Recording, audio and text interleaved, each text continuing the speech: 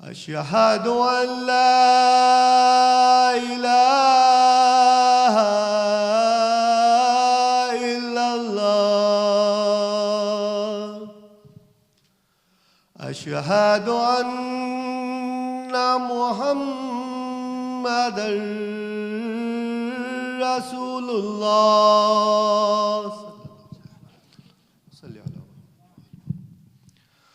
أشهد أن محمدًا رسول الله.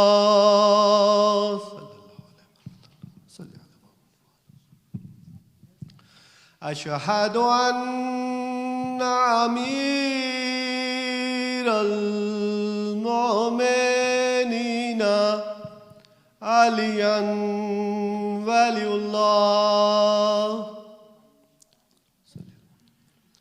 أشهد أن أمير المؤمنين علي حجة الله. حي على الصلاة، حي على الصلاة،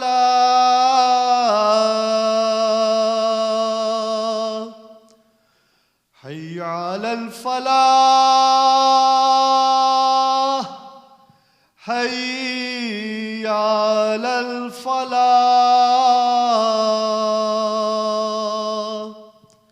حي على خير العمل، حي على خير العمل. الله أكبر، الله أكبر. لا إله إلا الله. لا إله إلا الله.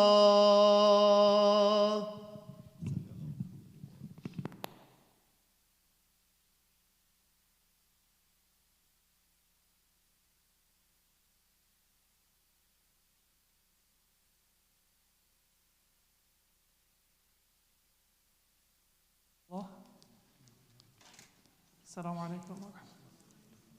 Assalamu alaikum wa rahmatullah. So we're ready for Salatul Maghrib. I'd like to thank those of you who came to the left side for us to have room for those who are going to be joining us. Inshallah.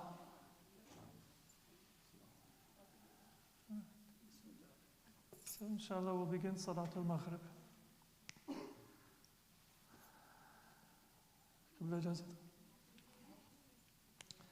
الله أكبر الله أكبر. أشهد أن لا إله إلا الله. أشهد أن لا إله إلا الله. محمد رسول الله صلى الله عليه وآله. أشهد أن محمد رسول الله. اللهم صل على محمد. أشهد أن عليا ولي الله. اللهم صل على محمد. أشهد أن عليا حجة الله. اللهم صل. حي على الصلاة، حي على الصلاة، حي على الفلاح، حي على الفلاح، حي على خير العمل، حي على خير العمل. قد قامت الصلاة، قد قامت الصلاة. الله أكبر، الله أكبر. لا إله إلا الله. الله أكبر. بسم الله الرحمن الرحيم. الحمد لله رب العالمين. الرحمن الرحيم. مالك يوم الدين. إياك نعبد وإياك نستعين. اهدنا الصراط المستقيم. صراط الذين أنعمت عليهم غير المغضوب عليهم ولا الضالين. بسم الله الرحمن الرحيم والعصر إن الإنسان لفي خسر إلا الذين آمنوا وعملوا الصالحات وتواصوا بالحق وتواصوا بالصبر. الله أكبر. سبحان ربي العظيم وبحمده رب صل على محمد وآل محمد. سمع الله لمن حمده. الله أكبر. سبحان ربي الأعلى وبحمده رب صل على محمد وآل محمد. الله أكبر. أستغفر الله ربي وأتوب إليه. الله أكبر. سبحان ربي الأعلى وبحمده رب صل على محمد وآل محمد. الله أكبر. بحول الله وقوته أقوم وأقعد. بسم الله الرحمن الرحيم. الحمد لله رب العالمين الرحمن الرحيم مالك يوم الدين إياك نعبد وإياك نستعين اهدنا الصراط المستقيم صراط الذين أنعمت عليهم غير المغضوب عليهم ولا الضالين. بسم الله الرحمن الرحيم. قل هو الله أحد الله الصمد لم يلد ولم يولد ولم يكن له كفوا أحد كذلك الله ربنا. الله أكبر. اللهم صل على محمد وآل محمد. ربنا هب لنا من أزواجنا وذرياتنا قرة أعين واجعلنا للمتقين إماما. اللهم صل على محمد وآل محمد. الله أكبر. سبحان ربي العظيم وبحمده رب صل على محمد وآل محمد. سمع الله لمن حمده. الله أكبر. سبحان ربي الأعلى وبحمده رب صل على محمد وآل محمد. الله أكبر. أستغفر الله ربي وأتوب إليه. الله أكبر. سبحان ربي الأعلى وبحمده رب صل على محمد وآل محمد. الله أكبر. الحمد لله. أشهد أن لا إله إلا الله وحده لا شريك له وأشهد أن محمدًا عبده ورسوله. اللهم صل على محمد وآل محمد. بحول الله وقوته أقوم. سبحان الله والحمد لله ولا إله. سبحان الله والحمد لله.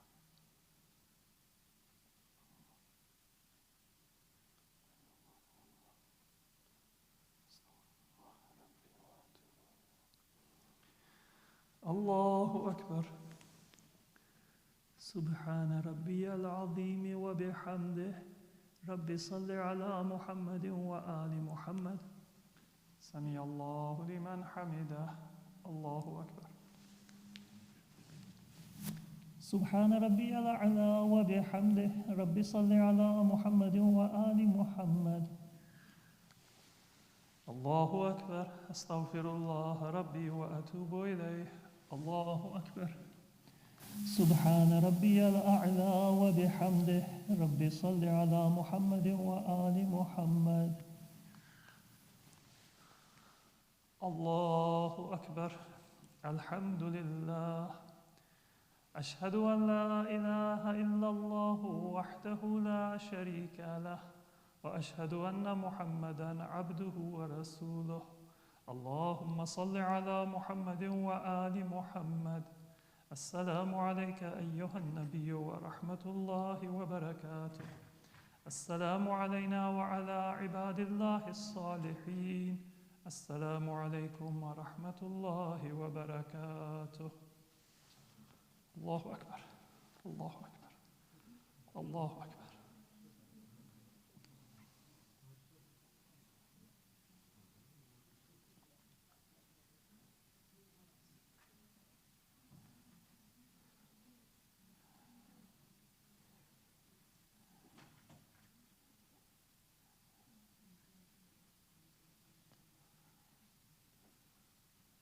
تسبيح الزهراء.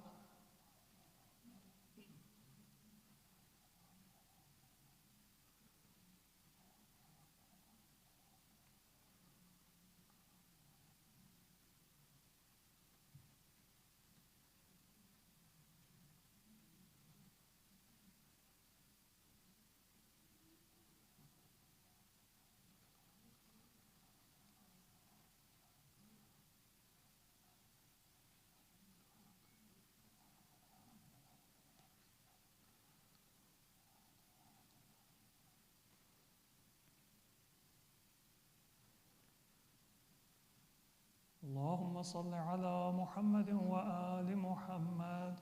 اللهم إني أسألك بحق محمد وآل محمد عليك أن تصلي على محمد وآل محمد، وأن تجعل النور في بصري، والبصيرة في ديني، واليقين في قلبي، والإخلاص في عملي، والسلامة في نفسي، والسعة في رزقي، والشكر لك أبدا ما أبقيتني، برحمتك يا أرحم الراحمين. اللهم صل على محمد. اللهم صل على محمد.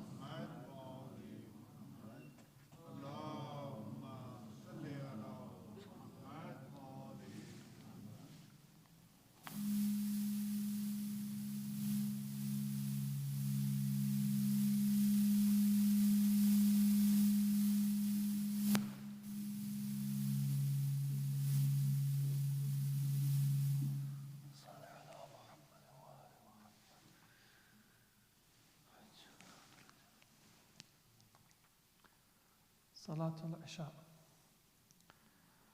الله أكبر الله أكبر، أشهد أن لا إله إلا الله، أشهد أن لا إله إلا الله، أشهد أن محمد رسول الله صلى الله عليه وسلم، أشهد أن محمد رسول الله صلى الله عليه وسلم، أشهد أن عليا ولي الله. اللهم صل على محمد.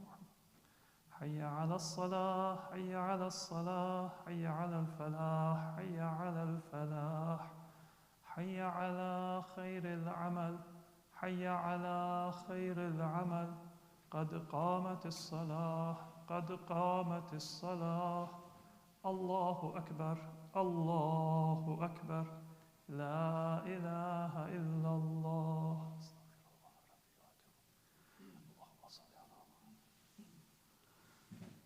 الله أكبر.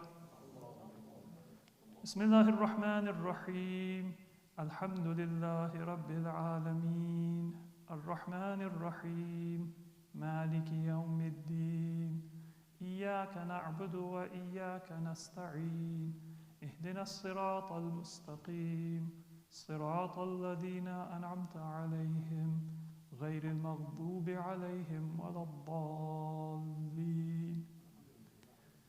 بسم الله الرحمن الرحيم. قل يا أيها الكافرون لا أعبد ما تعبدون، ولا أنتم عابدون ما أعبد، ولا أنا عابد ما عبدتم، ولا أنتم عابدون ما أعبد، لكم دينكم ولي دين. الله أكبر. سبحان ربي العظيم وبحمده. رب صل على محمد وآل محمد. سمع الله لمن حمده. الله أكبر. سبحان ربي الأعلى وبحمده. رب صل على محمد وآل محمد. الله أكبر. أستغفر الله ربي وأتوب إليه. الله أكبر. سبحان ربي الأعلى وبحمده. رب صل على محمد وآل محمد. الله أكبر. بحول الله وقوته أقوم وأقعد. بسم الله الرحمن الرحيم. الحمد لله رب العالمين، الرحمن الرحيم، مالك يوم الدين. إياك نعبد وإياك نستعين اهدنا الصراط المستقيم صراط الذين أنعمت عليهم غير المغضوب عليهم ولا الضالين.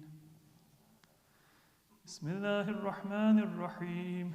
قل هو الله أحد الله الصمد لم يلد ولم يولد ولم يكن له كفوا أحد كذلك الله ربنا. الله أكبر. اللهم صل على محمد وآل محمد. ربنا آتنا في الدنيا حسنة وفي الآخرة حسنة وقنا عذاب النار. رب ارحمهما كما ربياني صغيرا. اللهم صل على محمد وآل محمد. الله أكبر. سبحان ربي العظيم وبحمده. رب صل على محمد وآل محمد. سمع الله لمن حمده. الله أكبر. سبحان ربي الأعلى وبحمده. رب صل على محمد وآل محمد. الله أكبر. أستغفر الله ربي وأتوب إليه. الله أكبر. سبحان ربي الأعلى وبحمده. رب صل على محمد وآل محمد. الله أكبر. الحمد لله. أشهد أن لا إله إلا الله وحده لا شريك له وأشهد أن محمدا عبده ورسوله. اللهم صل على محمد وآل محمد. بحول الله وقوته أقوم وأقعد وأركع وأسجد. سبحان الله والحمد لله ولا إله إلا الله. الله أكبر. سبحان الله والحمد لله ولا إله إلا الله. سبحان الله والحمد لله ولا إله إلا الله. أستغفر الله ربي وأتوب إليه. الله أكبر. سبحان ربي العظيم وبحمده. رب صل على محمد وآل محمد. سمع الله لمن حمده.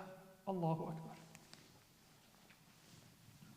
سبحان ربي الأعلى وبحمده. رب صل على محمد وآل محمد. الله أكبر. أستغفر الله ربي وأتوب إليه. الله أكبر. سبحان ربي الأعلى وبحمده. رب صل على محمد وآل محمد. الله أكبر. بحول الله.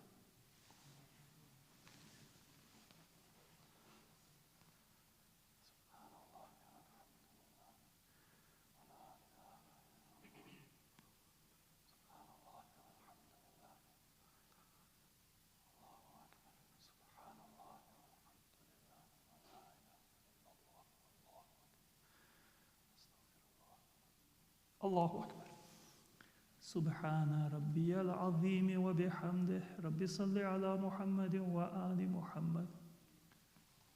سمع الله لمن حمده. الله أكبر.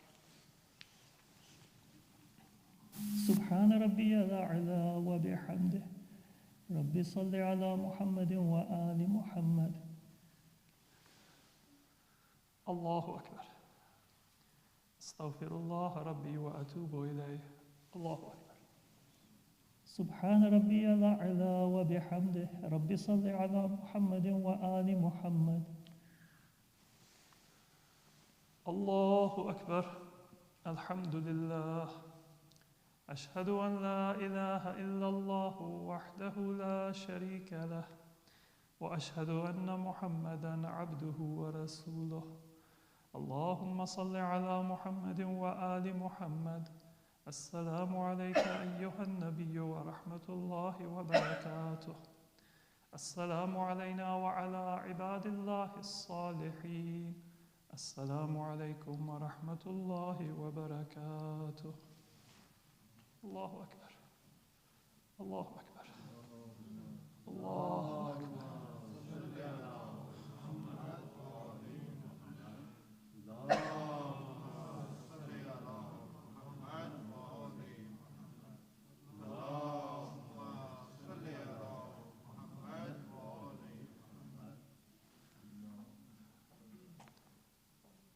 تصبيح فاطمة الزهراء.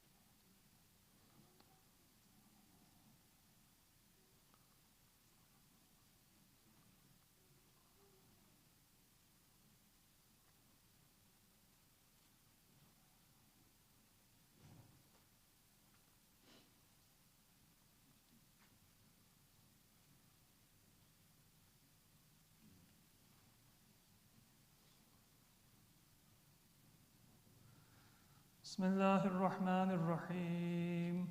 اللهم إنه ليس لي علم بموضع رزقي، وإنما أطلبه بخطرات تخطر على قلبي، فأجول في طلبه البلدان، فأنا فيما أنا طالب كالحيران، لا أدري في سهل هو أم في جبل، أم في أرض أم في سماء، أم في بر أم في بحر، وعلى يدي من ومن قبل من.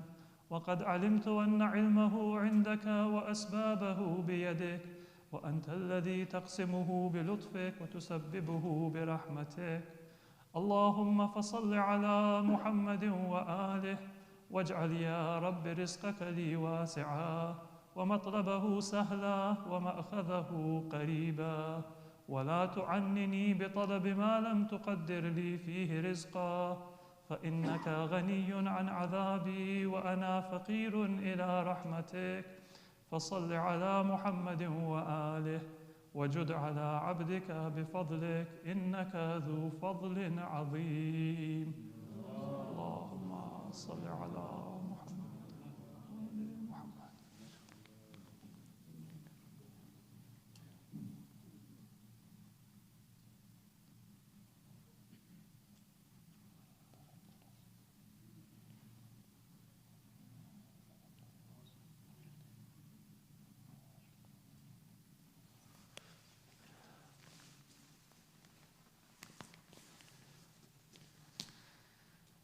السلام عليك يا رسول الله.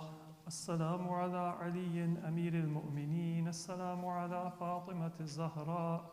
السلام على الحسن والحسين سيدي شباب أهل الجنة. السلام على الأئمة المعصومين من ذرية الحسين.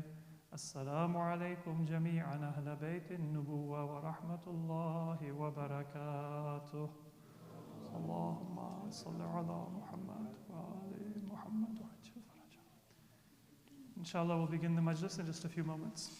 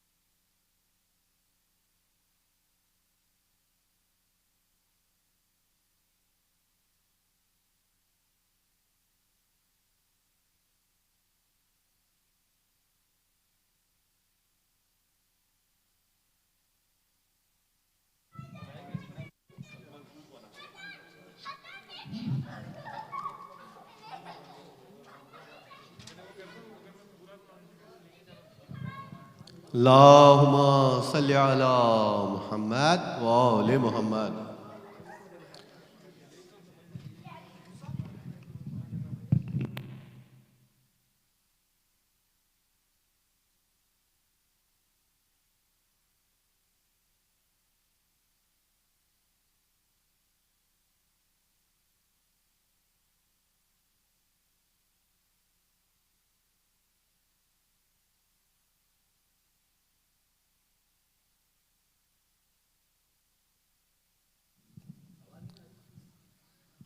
اعوذ باللہ من الشیطان الرجیم. بسم اللہ الرحمن الرحیم. آج امام زین العابدین علیہ الصلوۃ والسلام کی شہادت کی دوسری مجلس ہے. مجلس کا آغاز ان اشعار سے: اولاد پیمبر پہ مصیبت کا یہ دن ہے، اولاد پیمبر پہ مصیبت کا یہ دن ہے، مظلوم کے دلبر کی شہادت کا یہ دن ہے، پیاسے کے عزادار کی رحلت کا یہ دن ہے، عاشور کے بعد اور مصیبت کا یہ دن ہے، اس غم سے جگر چاک ہے زہرا و نبی کا، اٹھتا ہے عزادار حسین ابن علی کا. بآواز بلند صلوات. میں علی محسن سے درخواست کروں گا کہ وہ آ کے اپنا کلام پیش کریں. جناب علی محسن، بآواز بلند صلوات.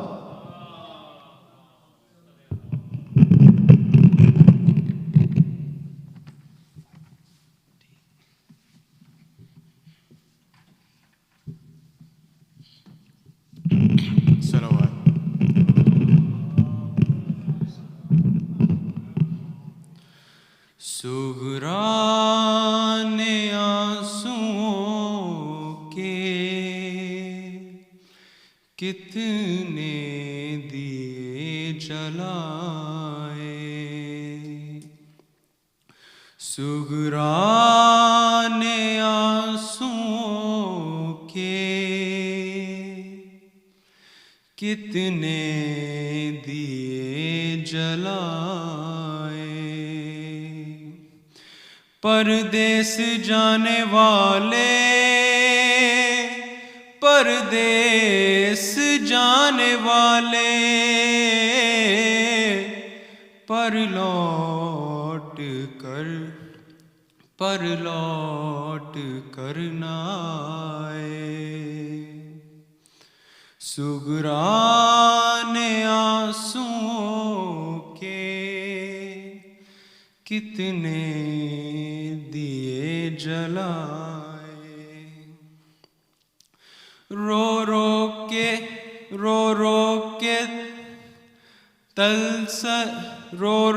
کے دے تسلی بے آس قیدیوں کو، رو کے دے تسلی بے آس قیدیوں کو، سجاد تو نے دل پہ کیا کیا نہ زخم کھائے، چہرے پہ انگلیوں کے اب تک نشاں ہے باقی،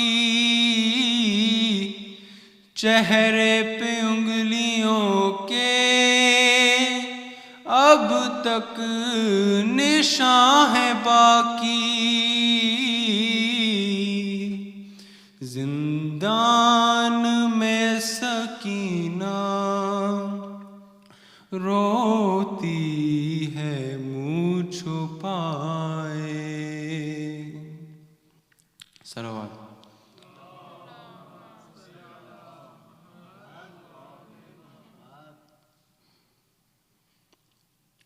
یہ سوچتا ہوں کہ عابد کا حال کیا ہوگا، یہ سوچتا ہوں کہ عابد کا حال کیا ہوگا، اسیر شام میں گیا ہوگا یہ سوچتا ہوں. سنا ہے شام میں جاتے ہی خون رونے لگا.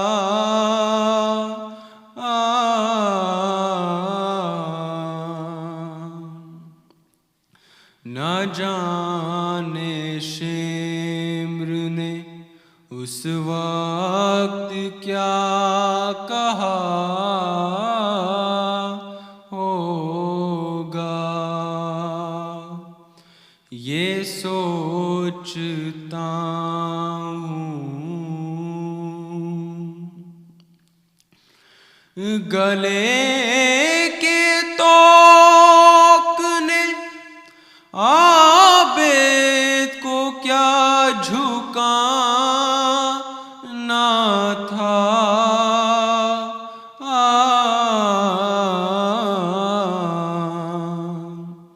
وہ اپنے کھوئے ہوئے لال ڈھونڈتا ہوگا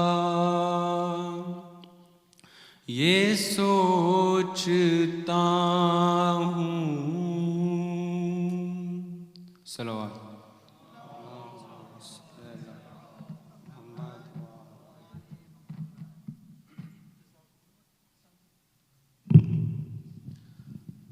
ماشاء اللہ علی. بآواز بلند صلوات. اب میں گزارش کروں گا جناب خرم رضا صاحب سے کہ وہ آ کے اپنا کلام پیش کریں. جناب خرم رضا بآواز بلند صلوات.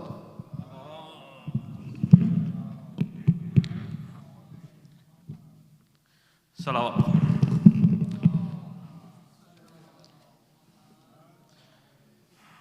سلام کے اشعار کے. پڑا ہے غش میں حسین غریب کا جانی، منا رہے ہیں خوشی ظلم و جور کے بانی. دم نماز جو چونکا یہ حیدر ثانی، وضو کے واسطے اٹھ کر طلب کیا پانی. جو پانی آیا تو منہ آنسوؤں سے دھونے لگے، پھری نگاہوں میں بابا کی پیاس رونے لگے. تڑپ کے دل نے کہا ہائے سید خوشبو، یہی تو ہے نہ ملا تھا 3 دن جو بہرے وضو. اسی کی چاہ میں کوثر کو چل بسے مہرو، اسی کے واسطے امو کے کٹے بازو. یہی تو وہ ہے جو بے شیر نے نہ پایا تھا، اسی کو مانگ کے گردن پہ تیر کھایا تھا. اور غرض کے آئے مصلے پہ اور پڑھی وہ نماز، کہ جس کے بعد تھی حد وصال ناز و نیاز. ہر ایک ذکر طویل اور ہر ایک سجود دراز، پکارتی تھی یہ روئے حسین سجدہ نواز. مجھے بھی ناز ہے جس پر یہی وہ اطاعت ہے، یہ آخری میرے سجاد کی عبادت ہے. ہوئی تمام جو آخر نماز جانے رسول، دعا و حمد کے لب چومتا تھا حسن قبول. دیا جو شکر کے سجدے کو حق کی یاد میں طول، تو ایک عصر کا یاد آیا سجدہ مقبول. اٹھے جو روتے ہوئے کوچ کر گئے سجاد، کہا حسین حسین اور مر گئے سجاد. اٹھائی دوڑ کے باقر نے لاش رو رو کر، تمام بیبیاں ماتم میں پیٹنے لگیں سر. محلہ بنی ہاشم میں غل مچا گھر گھر، اٹھا جہاں سے عزادار سبط پیمبر. چھوٹا وہ آل سے جو آسرا تھا غربت کا، بجھا چراغ شہ کربلا کی تربت کا. نبی و حیدر و زہرا کی روح ہے ناشاد، حسین کا ہے یہ نوحہ کہ ہائے اے سجاد. بطول کہتی ہیں رو رو کے یا خدا فریاد، سہے کی دہر میں کیا کیا ستم میری اولاد. جفا سے قتل کیا جبر و قہر سے مارا، میرے مریض کو ظالم نے زہر سے مارا. صلوات.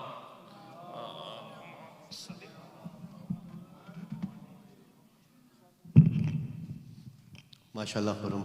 اب میں درخواست کروں گا جناب مہتاب حیدر صاحب سے کہ وہ اپنا کلام پیش کرے. مہتاب حیدر بآواز بلند صلوات.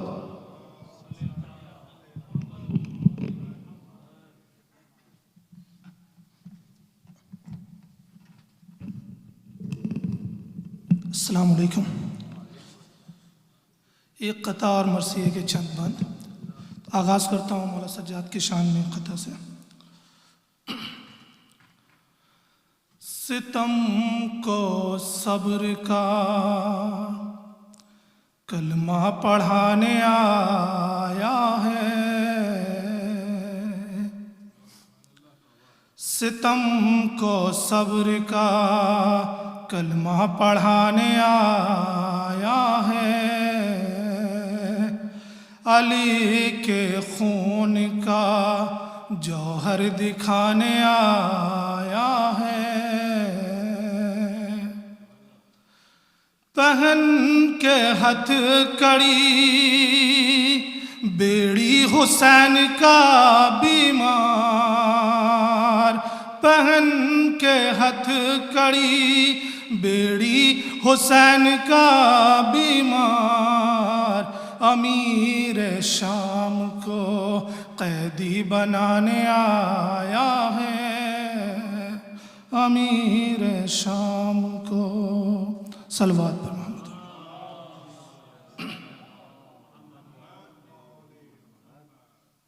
مولا امام سجاد کے حوالے سے مرثیے کے چند بند. شہ والا نے شہادت کا سر انجام کیا، سر کٹا ظلم سہے حق کا مگر کام کیا، صبر نے عابد بیمار کا یہ کام کیا، باپ اور بیٹے نے اسلام کو اسلام کیا. ارے وعدہ طفلی کا جو شبیر وفا کرتے ہیں، حق فرزند یہ سرور کا ادا کرتے ہیں. کون معصوم ہوا طوق سلاسل میں اسیر، کون ہے وہ جسے پہنائی ہے دوہری زنجیر، تازیانوں سے عدو دیتے تھے کس کو تعزیر، کس کی ماں بہنوں کی مجمع میں ہوئی ہے تشہیر.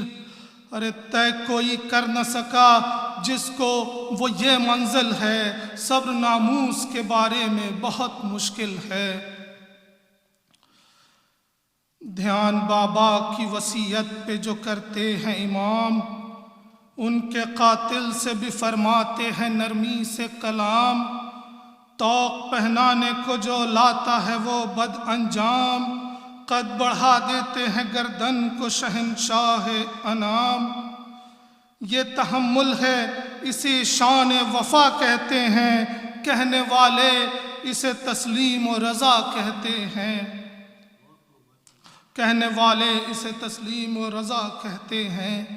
ارے باپ کی لاش پہ وہ ظلم ہوا کچھ نہ کہا، چھن گئی ثانی زہرا کی ردا کچھ نہ کہا، بازو ناموس کا رسی میں بندھا کچھ نہ کہا، تازیانوں کی صحیح سخت جفا کچھ نہ کہا. ارے غم سے مادر کا جگر سینے میں پھٹتے دیکھا، علی اصغر کا گلا قبر میں کٹتے دیکھا، علی اصغر کا گلا قبر میں کٹتے دیکھا. سر برہنا سر دربار گئے صبر کیا، در بدر کوچہ و بازار گئے صبر کیا، قدرتیں رکھ کے گرفتار گئے صبر کیا، بے دوا قید میں بیمار گئے صبر کیا. ارے قدر بابا کی وصیت کی دکھائی تو نے، قبر ہاتھوں سے سکینہ کی بنائی تو نے. یا علی دیکھ لو پوتے کی مصیبت دیکھو، یا علی دیکھ لو پوتے کی مصیبت دیکھو، غم و اندوہ کی تصویر ہے صورت دیکھو، شدت تب سے غضب کی ہے نقاہت دیکھو، طوق پھر اس پہ گلے پہ ہے قیامت دیکھو. ارے وقت آلام ہے حضرت کے گھرانے والے، کیا ستم سہتے ہیں امت کے بچانے والے، کیا ستم سہتے ہیں امت کے بچانے والے. اور آخری بند، کہ ہائے جیتے ہیں تیری قبر مٹانے والے، خلد میں احمد مرسل کو رلانے والے، چشم انصاف سے دیکھیں تو زمانے والے، کیسے ہوتے ہیں محمد کے گھرانے والے، ارے زہر پاتے ہیں گلا تیغ سے کٹواتے ہیں، قبر میں جا کے بھی آرام نہیں پاتے ہیں، قبر میں جا کے بھی آرام نہیں پاتے ہیں۔ نعرہ صلوات۔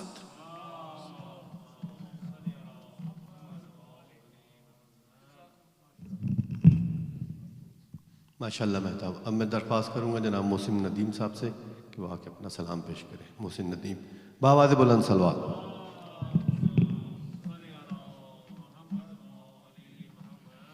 باڈی کے سلام۔ اللہم صلی علی محمد و آل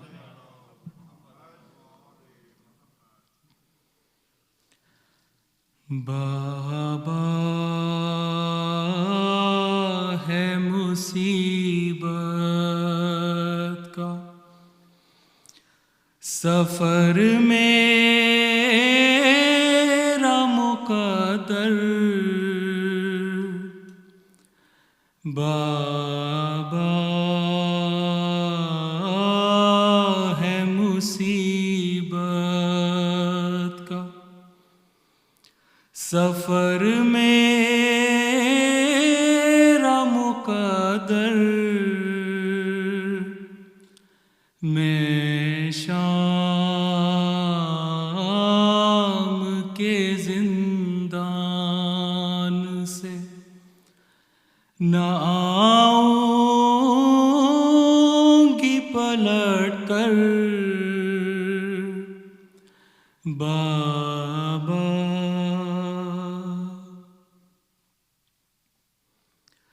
میں دوڑتے اونٹوں سے کئی بار گری ہوں، کئی بار گری ہوں، مارا ہے مجھے شمر نے ہر بار اٹھا کر، بابا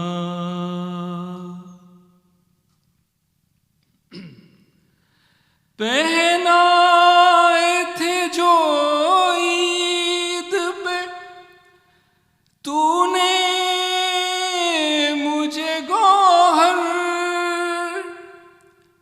تو نے مجھے بابا کھینچے ہیں میرے کانوں سے وہ شمر نے گوہر، بابا ہے مصیبت کا کہتے ہیں لئی طرز سے عباس کہاں ہے، عباس کہاں ہے، ہنستے ہیں رداؤں کو وہ نیزوں پہ اٹھا کر، بابا ہے مصیبت کا سفر میرا مقدر، میں شام کے زندان سے نہ آؤں گی پلٹ کر، بابا صل علی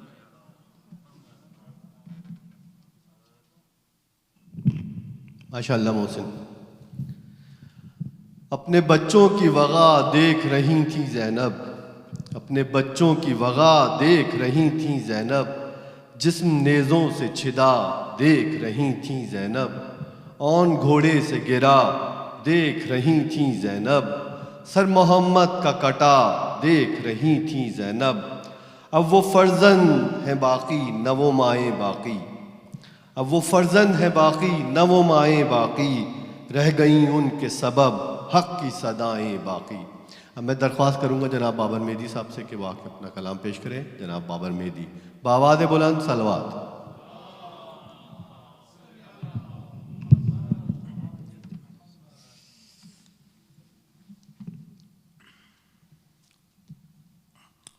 درود پڑھی محمد و آل محمد پر.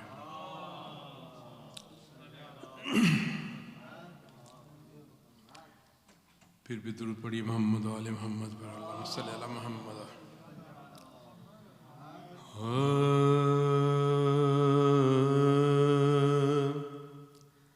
شبیہ امام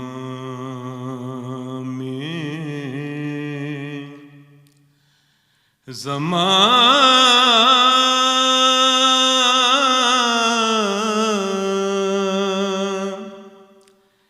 کھینچتے ہیں،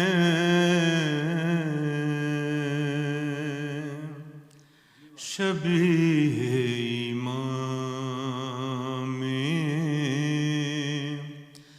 زمان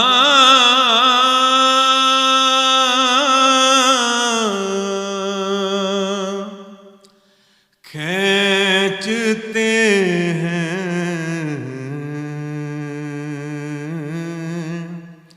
تصور میں تصویر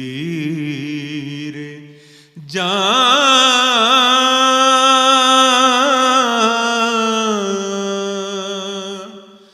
کھینچتے ہیں، شبیہ امام جگہ مول لی ہے مزاروں کی خاطر،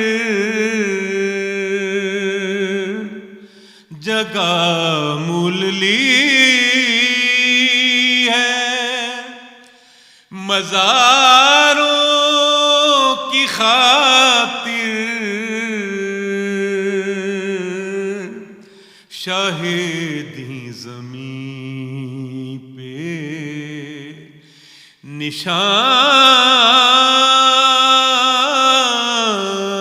نشان کھینچتے ہیں، شبیہ امام کہاں بیڑیاں اور کہاں پائے عابد، کہاں بیڑیاں اور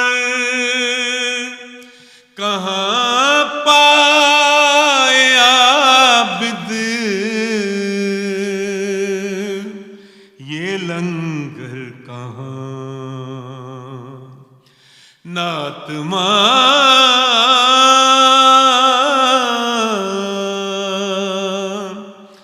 کھینچتے ہیں، شبیہ امام کہا روکے اکبر نے اے درد چھم جا، کہا روکے اکبر نے اے درد تھم جا،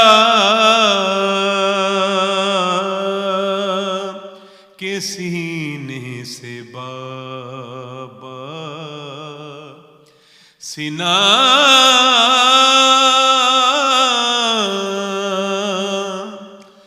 کھینچتے ہیں کہ سینے سے بابا سینا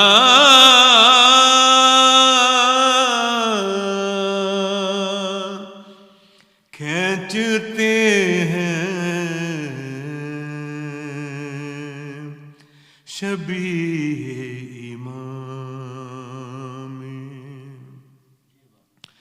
پکاری سکینہ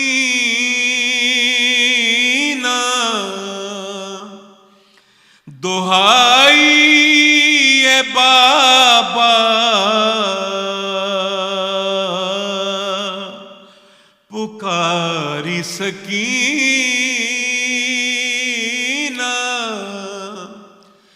دہائی اے بابا ستمگر میری بالیاں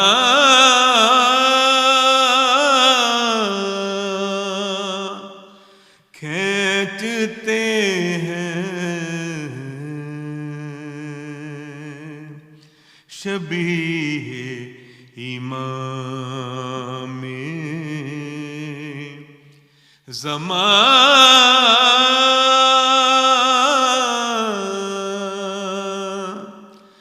کھینچتے ہیں تصور میں تصویر جان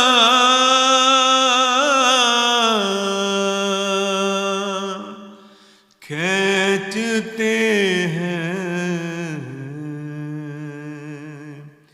شبیہ امام زمان درود محمد علیہ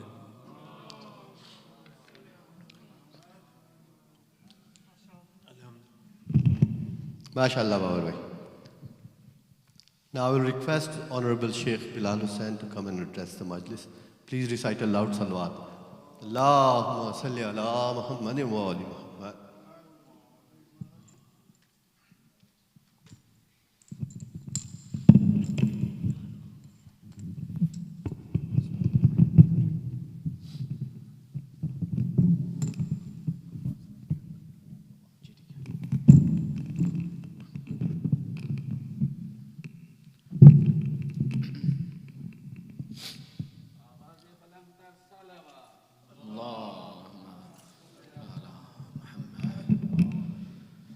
سورة الفاتحة.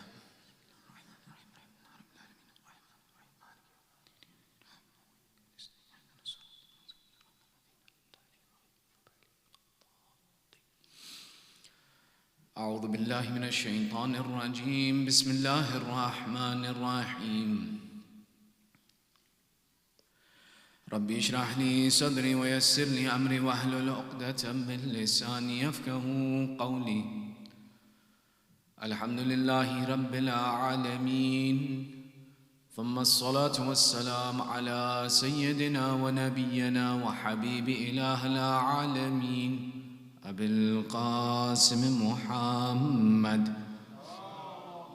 صلى على محمد وعلى آله الطيبين الطاهرين المعصومين، واللعنة على أعدائهم أجمعين من الآن إلى قيام يوم الدين.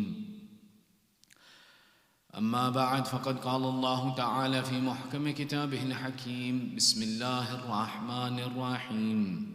وقال ربكم ادعوني استجب لكم إن الذين يستكبرون عن عبادتي سيدخلون جهنم داخلين.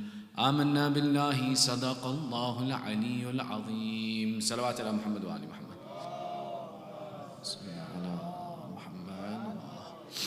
Your second salawat for love of Muhammad wa Ali Muhammad.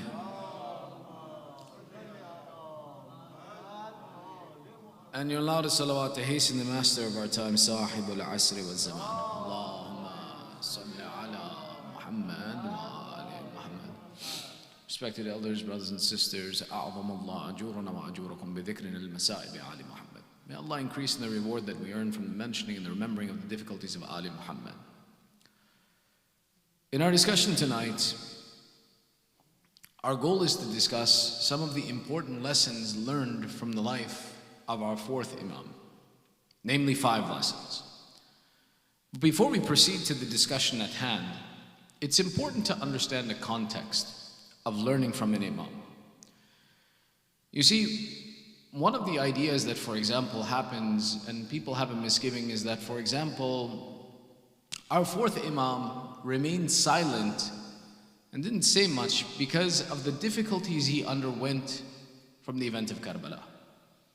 There are some people who say that, for example, the event of Karbala caused our Imam that he became silent, he became dormant, and that he didn't, for example, enact, for example, as his father did, and to stand up against the oppressors.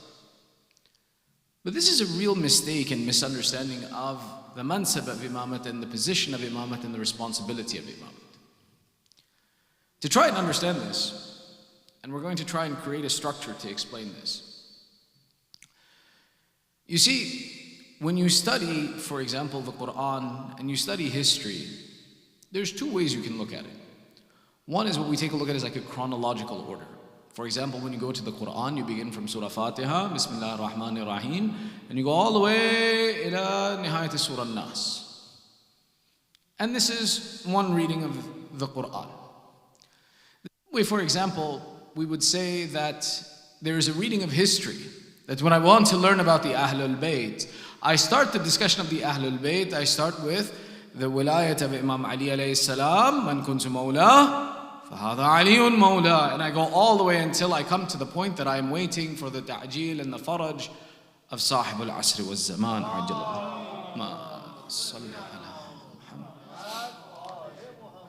You see, this chronological structure or this ordered structure beginning from the start of a conversation to the end is one of the ways that we extract information and we learn about the tariq of Ahlul Bayt.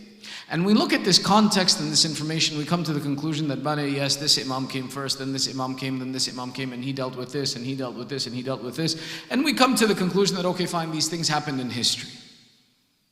But there's another way of analyzing both the Quran and history, which is by researching by subject.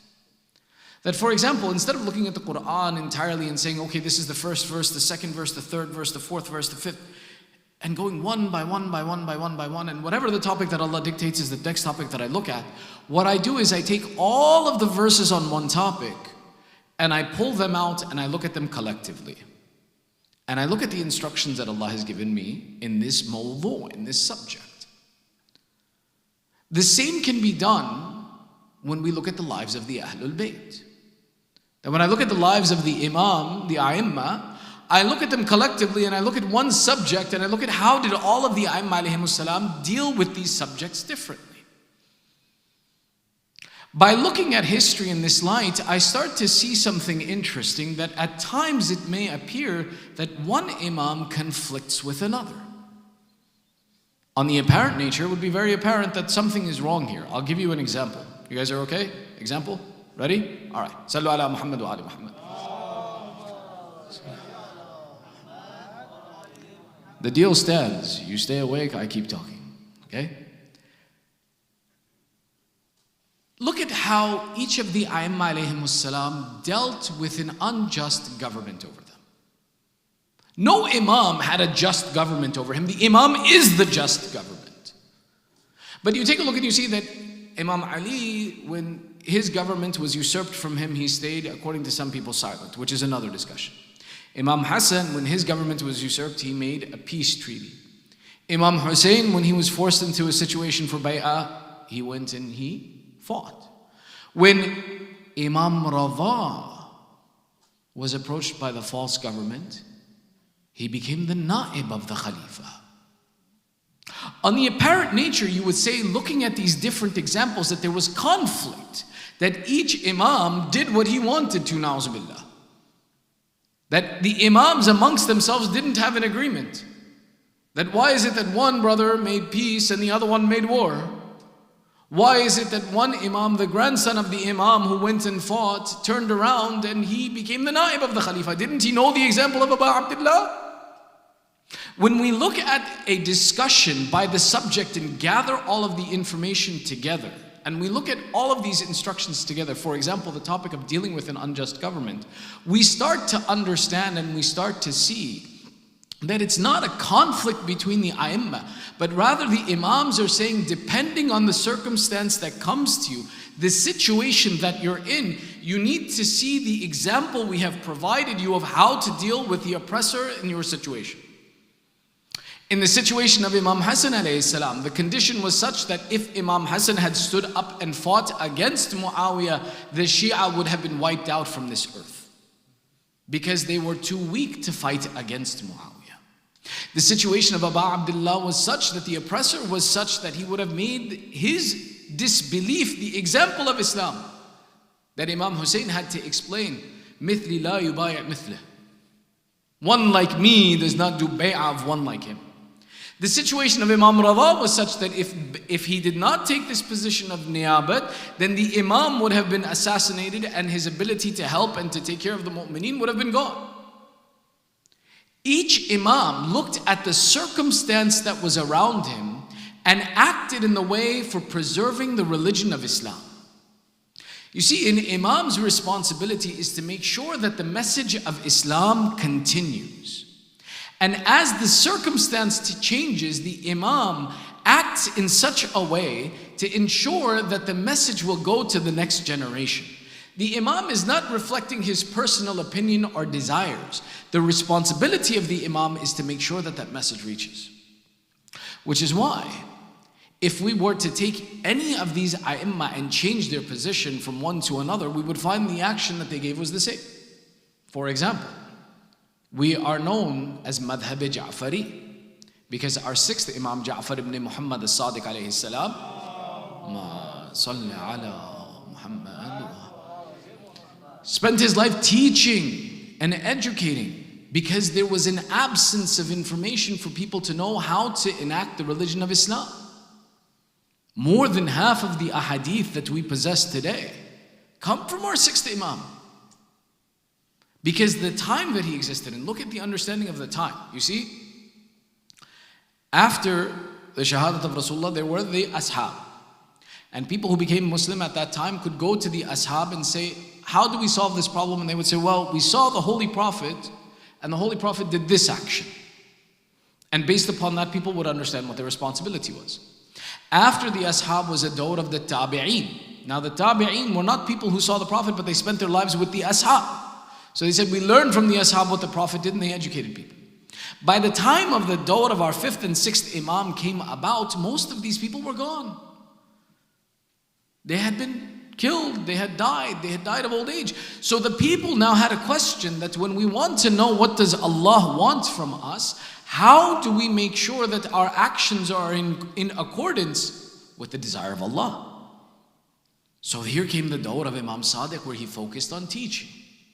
The dawr of Imam Hussain was such that, remember something, in history, popular history, they say the Madhab Ja'fari split from the mainstream Muslims after the event of Karbala. Why? Because until that point in time, though our Imams were present, the people would still take, the general population would still take instruction from the Khulafa. Meaning whatever the Khalifa did became a part of the religion. To the extent where even Muawiyah, his sunnah became part of the religion. If I explain it to you, it may upset you. I'll explain it to you guys, okay? I'll explain it to you, it may upset you. Muawiyah established the tradition of the cursing of Imam Ali from the minbar. It's narrated that at one point in time he had 70,000 manabir under his authority that would begin their khitabat by the cursing of Imam Ali alayhi salam.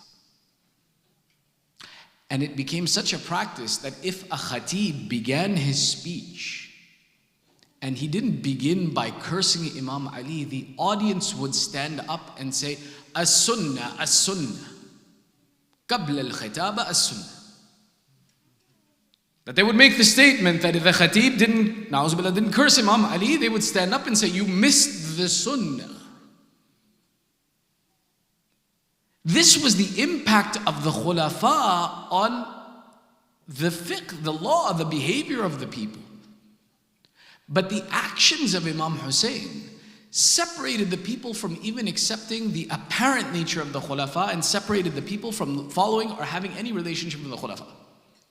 Even the Ahl Sunnah were affected by this time period. Why? You take a look and you see after this, you don't see the sunnah of the khulafa or the actions of the khulafa becoming sunnah of the religion of Islam. After this, you see Harun, you see Ma'mun, Mal'un, you see all these other people.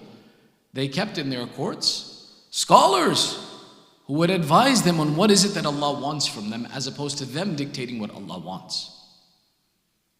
We say that if we would have taken Imam Sadiq, who was the teacher, and Imam Hussain and changed their circumstance, it would have changed how they behaved in the circumstance, because what the need of the time is what the Imam performs. The Imam doesn't prefer his own choice over what the need of the time is. The Imam does whatever is necessary to protect the religion of Islam. You guys good? Okay. Sallu ala Muhammad wa ali Muhammad.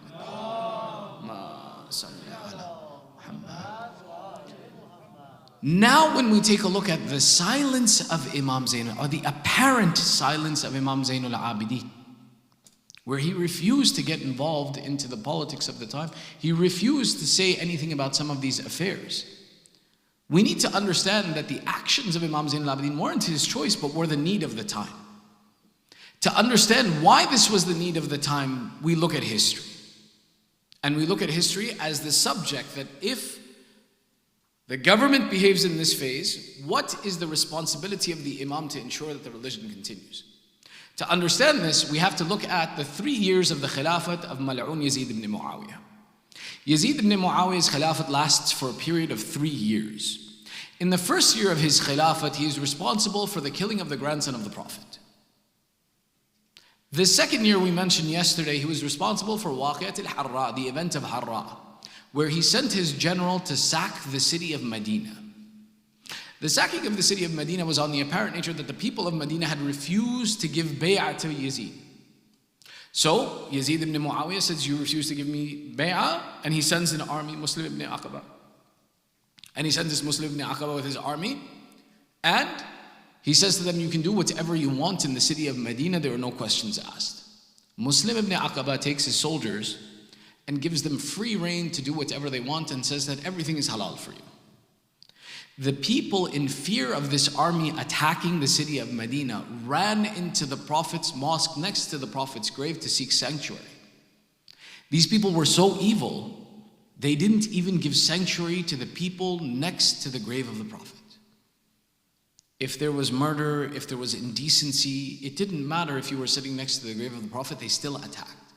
And we mentioned yesterday, the consequence of this 3-day attack that occurred was that over 1,000 illegitimate children were born in the year after Waqi'at Harra.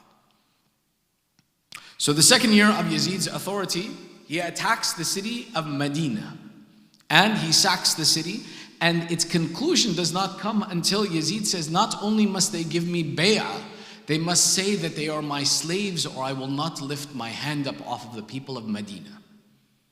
And his attack of the city of Medina is absolute. The third year of his Khilafat, he attacks the city of Mecca and he shoots catapults at the Kaaba until he even lights the Kaaba and destroys the Kaaba as well. And this was the third year of his Khilafat. One of the things that we learn of the consequence of these 3 years of the Khilafat of Yazid ibn Muawiyah Mal'un is that nothing was left sacred in the religion of Islam. Anything that stood against the Khalifa, it had no sanctity. Not the Prophet's lineage, not the Prophet's city and his grave, not even the house of Allah had any sanctity against the authority of the Khalifa. The consequence of this is that whatever stands in the way of the Khalifa, the precedent has been established. There is no one who is safe to raise their voice against Khilafat. If you are seen as in opposition of the Khilafat, there is nothing that can protect you from the wrath of the Khalifa. The kingship was complete now. Looking at this as the consequence of the time, we understand that if there is no way for us to stand against or to be able to create open opposition against the government of the time, comes the example of Imam Zainul Abedin of how to protect the religion of Islam. It's important for us to learn, especially in our time, all of these examples and the understanding of the responsibility of the Imam to preserve the religion of Islam in all senses, that now in the period of ghaibah, when the mu'mineen find themselves in different positions in different times around the world, when you become curious of how do I solve this problem, how do I preserve my religion, how do I ensure that Islam continues, I have the examples of the A'imma in each unique situation giving me instruction on how to preserve and protect my faith and continue the religion of Islam. Which is why now it brings us to our discussion.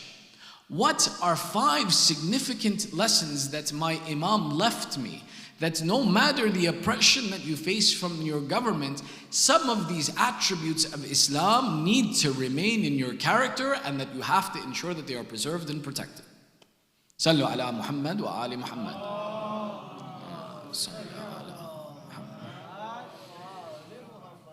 Our introduction was a little bit long, but the significance is to understand that we can't imagine that an Imam, na'uzubillah, is so affected by an event in history that he doesn't fulfill his obligation of being an Imam.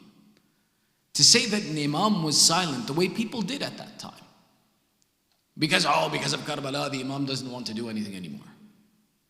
There's even a conversation that happens that Zayd ibn Ali, the son of Imam Zainul Abedin, believed it was the responsibility of the representative of Islam to stand up against the oppressors. And he would cite the example of his grandfather and he'd say, the same way that my grandfather Imam Hussain stood up, I have to stand up. And you have to follow me. It was his brother Imam al-Baqir who came to him and said, oh Zayd, if you believe this, then you don't even believe in the imamat of your father. Our father did not stand up to fight against the oppressor. How can you say that that is the condition of being an imam? There are people in history who didn't understand, who misunderstood this concept. We have to look and see that when the circumstance demands it, the imam explains to you, at times you will need to stand up and fight against the oppressor, and that will be the preservation of the message of Islam. At times you will have to become the na'ib of the oppressor, and that will be the preservation of Islam. And at times you will have to stay silent and protect yourselves and preach without causing conflict to protect the message of Islam. We have to look and see that what is the lesson the Imam is teaching us. Not to say, na'uzubillah, the Imam has a shortcoming. Rather, the Imam is saying, oh mu'mineen, a time will come on you when we are not with you. Don't go to the wrong example to solve your time's problem. Go to the right example. We have given you every example. Which is why, now looking, there are 5 things. There are many more than 5, please. But 5 we'll mention tonight, if you can stay awake with me. 5 things, 5 salawat.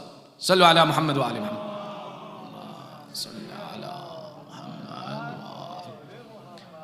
The first of these 5 lessons that we learn from the life of Imam Zainul Abedin is do good to people without expecting any return.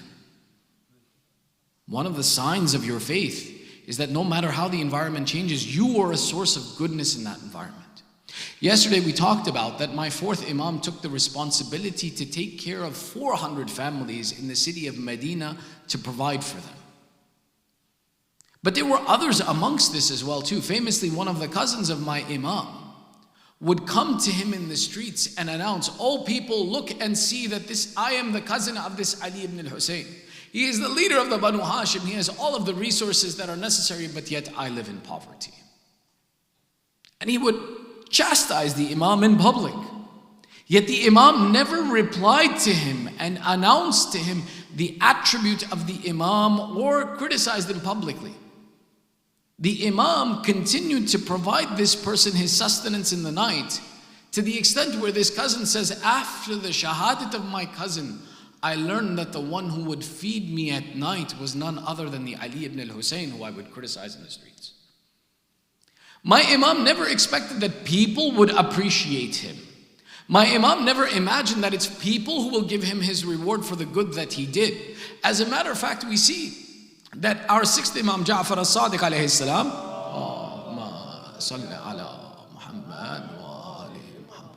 gives an example. He says that Yawmul Qiyamah, before Allah will come a martyr who died in the battlefield of Islam, and will come to Allah and say, "Oh Allah, give to me my reward, for I have sacrificed my life for you." And the reply will be given to him, "There is no reward for you." I say, "Ya Allah, I was killed, I was martyred, I died in jihad." And the reply will come to him, "Your jihad was not for me. Your jihad was so that people would see you as brave, was that people would see you as a valiant warrior. I gave you that. You received your reward from people. There is nothing here for you from me. The only place you have is in hell." The same way the scholar will come and stand before Allah and say, "Oh Allah, reward me," because the ink of the scholar is weightier on the scales in the day of judgment than the blood of the martyr. And this scholar will be told, "There is no reward for you here." And the scholar will say, "Ya Allah, I stayed up at night studying. I sacrificed from dunya. I gave away my wealth. I didn't become wealthy. I didn't do any of those things that people did in this world. I dedicated myself to your faith. I used my voice in your service. Why is there no reward for me?" And the reply will come, "You didn't do this for me. You did this so people would call you pious. You did this so that people would follow you and listen to you." And Allah will say, "I gave you that in dunya. The people appreciated you, they enjoyed you, they followed you, they listened to you. Your reward is with the one for whom you did the action. Today you have no reward from me. Your place is in hell." The instruction of this riwayah, and why the example is given of the shaheed and the scholar, is that these are two of the highest levels that a person can attain in this life. One who dies for the sake of Allah, and one who serves his life for the sake of Allah. But if my intention is that the people should appreciate me, if that the people should acknowledge me, that people should appreciate the effort that I put into this work, or that I sacrificed my life and people see me as valiant and brave, Allah is telling you there is no reward with Allah if that is your consideration. When we come and we serve, when we come and we spend time, when we go out and we serve a community, don't expect them to appreciate you. Don't be upset if they are ungrateful. Your intention is your good deeds are for the sake of Allah, not for people. For example, I go and I give a poor man $5. He looks at me and he says, "That's it. Didn't you look at your car? What about your cell phone? Only $5 for me." But he doesn't know the sacrifice I went through to give him that $5. He doesn't know how difficult it was for me to go and perform this action and give him that money. How can he appreciate the good that I do? Which is why I don't expect anything from people. Expect that Allah will know your intention and why you did what you did. Only Allah can know what did you sacrifice to perform the good that you did. Which is why the example of Imam Zainul Abedin was not only was it that in the middle of the night he would go to the doors of the poor and leave their food, he would cover his face by chance that no one should see it was him who gave them food in the night. The Imam's lesson, do good but expect nothing from people. I want nothing from people. I only want from Allah. Now that doesn't mean that the counterpoint is that we don't appreciate anyone who does anything. Your reward is with Allah, get out of here. No. The same way it's the obligation that I don't expect anything from people, the same way if someone does good to me, I appreciate their goodness. I respect their goodness. Our ulama have taught us, you guys are okay, right? We're still on number 1, so you guys better be okay. We have 4 more after this, okay? Allahumma salli ala Muhammad wa ali. You know where this rule applies the most? Where this is the most important rule? Is marriage. Is being married. Why?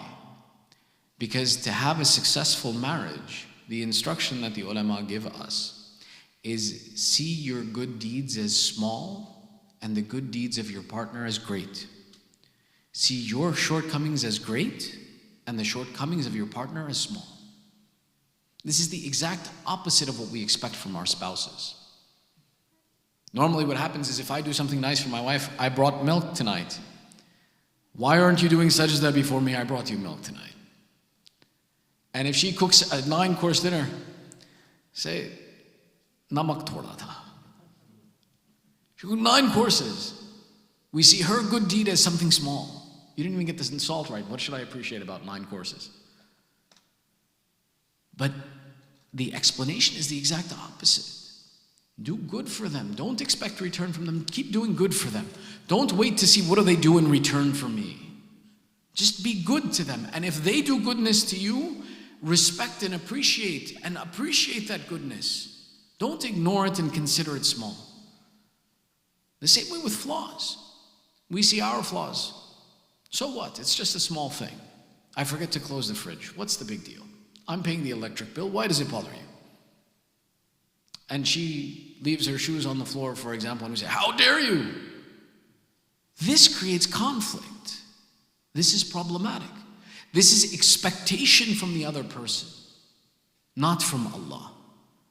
That don't you appreciate all the good things I do for you? Why don't you? Or don't you see all the good things I do for you? Why don't you? This expectation becomes problematic, and the worst place that we do this is in our house. And it's why one of the important lessons from the life of our Imam is don't expect anything from anyone. Do good for the sake of Allah that Allah will appreciate it. Don't do good so that people will appreciate it. Our second point, Sallu ala Muhammad wa ali Muhammad. Sallu ala Muhammad. Treat others according to your character, not according to their character. This is an important point, especially in a society where, for example, the use of foul language is common. Many of our children, for example, they'll never use foul language in front of us. They'll pretend like they've never heard the word before in their life. But sit them with some other children who use foul language, and you'll hear things out of their mouth you can't imagine. Because what they do is they mirror the character that they see in front of them. And not just children, we do that. Us, we come to the masjid, someone says a bad word, tawbah, tawbah, tawbah, tawbah. We go outside, we go to work, we're sitting with these foreigners, and our language is just as bad as theirs. That's not the way our Imam wanted us to behave. Our Imam's intention was that my character dictates how I treat you, not your character dictates how I treat you. The example of this comes in the treatment of Imam Zainul Abedin with Marwan ibn Hakam. Remember something, Marwan ibn Hakam is the one who was responsible for forcing Imam Hussain to leave the city of Medina. Marwan ibn Hakam is the one that when Yazid sent the letter to the governor of Medina, take the bay'ah of Abu Abdullah, the governor said, I can't do this. So he calls Marwan to help him. And when Imam Hussain comes before the governor, is given the letter that give your bay'ah, and Imam Hussain says, give me one night to think about it. It is this Marwan who turns and says, if he doesn't give you the bay'ah now, cut his neck. This is that mal'oon. Yet when, for example, there is upheaval in the government and Marwan falls out of favor, he finds himself in a situation that he needs to run away from the city of Medina. He needs to escape. But the problem is he has a wife and children. He says, what do I do with my women? I can't run with them. So he figures, I need to keep my women and children in a safe place until I find sanctuary, and then I'll call them. He goes to the house of Imam Zainul Abedin. And he asks Imam Zainul Abedin, will you protect my women and children? My situation is not safe.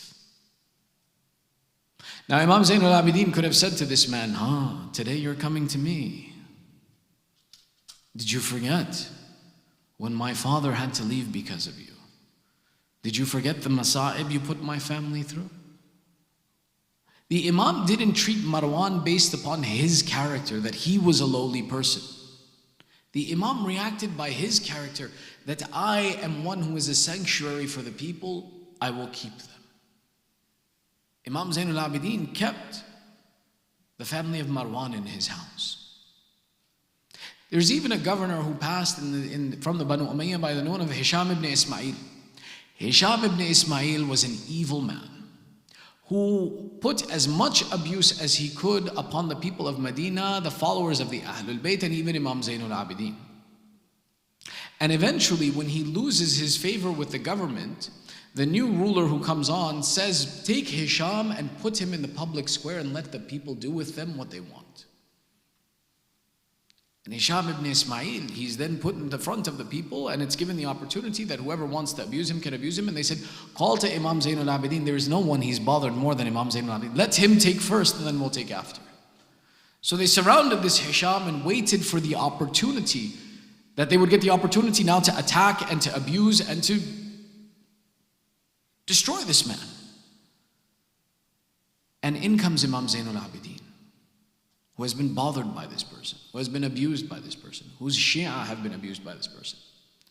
And they said, we saw this crowd gathered in front of Hisham ibn Ismail, and Imam Zainul Abedin comes in front and says to Hisham, oh Hisham, if you find yourself in difficulty, you can come to us for assistance.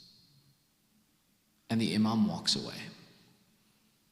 And this action of the Imam, of behaving according to his character, not according to the character of Hisham, was enough to diffuse the situation, so much so that this Hisham survived this incident. No one attacked him. The example of the Ahlul Bayt has always been that we are the source of goodness. Our Shia are the source of goodness. This is why our sixth Imam said, if there is a town of 10,000 people and someone other than one who calls ourselves a Shia, calls him our Shia, has better character than our Shia, then there are no Shia there for us. The best of the character that exists in a community comes from the lovers of the Ahlul Bayt. That's why the example of the Imam is keep this Islam alive. You keep this Islam alive by having that character. Don't become like the enemies and the people who are the oppressors around you. You have guidance. You have us. You should be better than everyone. There was no one who was more abused than Imam Zainul Abedin by these people. Yet, the Imam didn't reduce his status. The Imam didn't behave like them. The Imam instead raised and demonstrated to the people what is the character that Islam wants from you. And that's what happens now. It happens that one day you may be on the bottom and you go to someone for assistance and they refuse to help you. It may be that you're in need and you ask from the community, no one assists you. The condition passes. You get through that difficulty and then tomorrow you're in the position to help people. And that same person who refused to help you comes to you now. And we see that there are those people who gloat. Aage ho. Do you remember? You remember what you did to me? Do you remember when I was in difficulty? This is not the character of Ahlul Bayt. This is not the character of Imam Zainul Abedin. Imam Zainul Abedin is teaching from a very practical example. Someone may wrong you, but they will never wrong you the way Marwan wronged the family of Rasulullah. Yet they were not refused when they came for help to the family of Rasulullah. Point number 3 in our discussion. Sallu ala Muhammad wa ali Muhammad.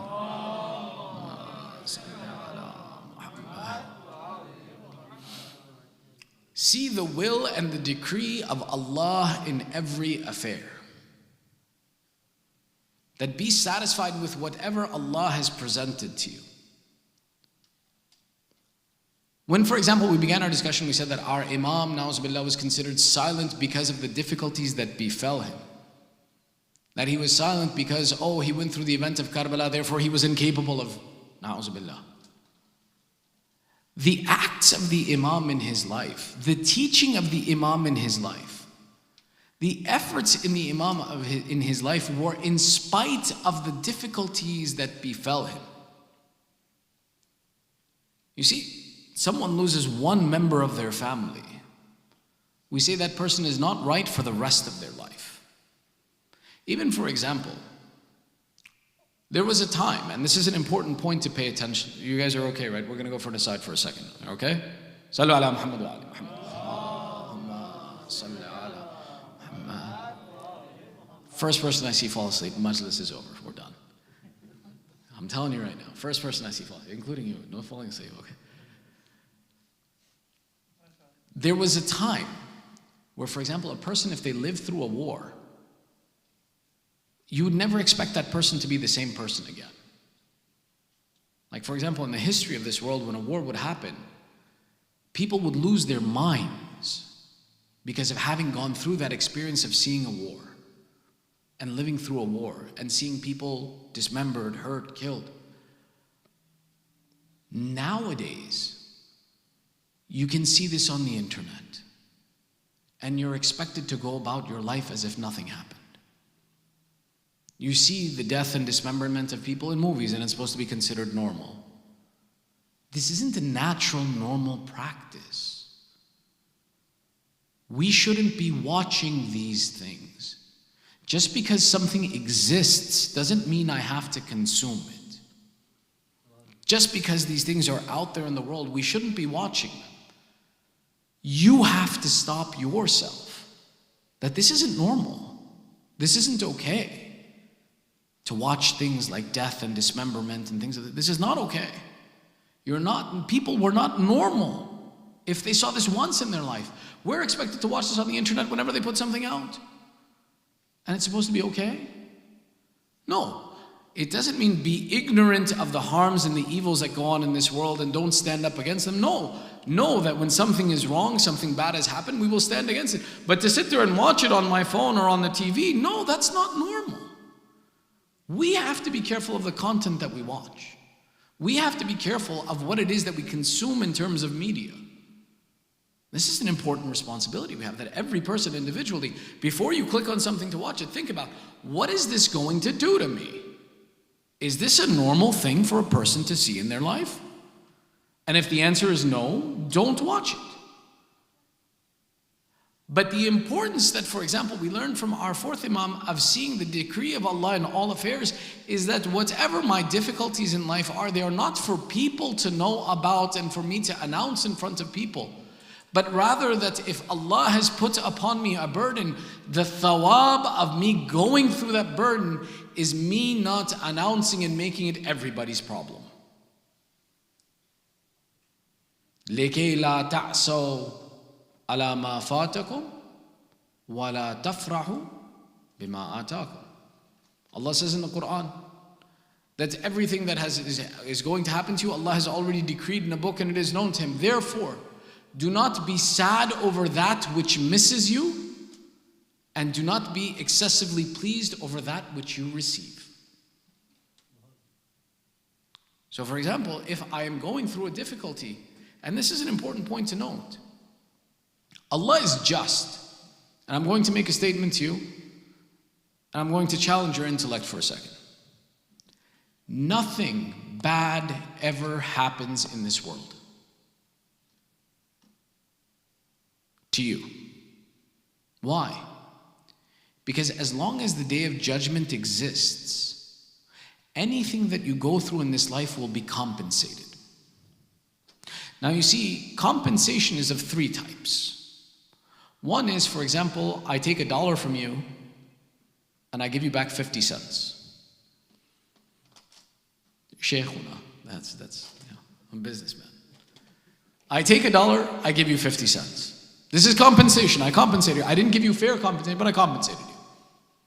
The second type is I take $1 from you and I give you back $1. The third type of compensation that can occur is I take $1 from you and in your appreciation I give you $10. Allah is so just and merciful that no one can be more just than Him. Therefore, if Allah puts you through a trial and a tribulation, He will compensate you. Now, Allah will not compensate you like a cheap person. Allah will not compensate you by badal, giving you equal to what you spent in His way. Allah is the one that if He puts you through a trial of $1, He gives you 10 in place of it. Therefore, we can make the claim that any difficulty that I befall in this world, as long as I have yaqeen there is a day of judgment, there is compensation that will come for it. Therefore, I should see the decree of Allah in this event, that even in this difficulty there is a khair for me, because Allah is the one who, when He compensates me, He will compensate me better than what He took from me. And this is why we see that in the life of Imam Zainul Abedin, he's not overcome by the difficulties in such a way that his personality becomes lost and he becomes someone who is incapable of action. We never saw Imam refuse assistance or to answer a question or to guide the people because of the difficulties that befell him. This is an important lesson. See the decree and the affair of Allah in everything that happens to you in your life, such that I know that Allah is there and this affair cannot overcome me. I am stronger than the difficulty I befall. لا يكلف الله نفسا إلا وسعها. Allah does not place a burden on a soul greater than it can bear. Allah has explained this to us already. We know this. Our fourth point, Sallu ala Muhammad wa ali Muhammad. Salli ala Muhammad. Here we pointed to this yesterday. Never lose hope in Allah. Allah says in the Quran with the verse that we began our discussion with, Ad'uni wa qala rabbukum ad'uni astajib lakum. Call on me, I will answer you. Allah is guaranteeing that He will answer us if we call Him correctly. And this is where the Imam spent his life teaching people, how should you call Allah when you are in need? Now this point has a few different things behind it. I haven't put anyone to sleep yet, right? We're okay? Everybody's okay? Do we have time? Okay, Sallu ala Muhammad wa ali Muhammad.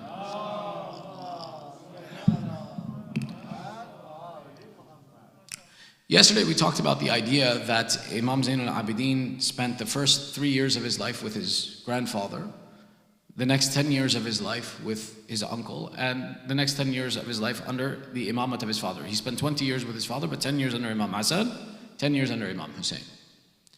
But Imam Zainul Abedin is known most as the Imam who bore the greatest resemblance to Amir al-Mu'mineen.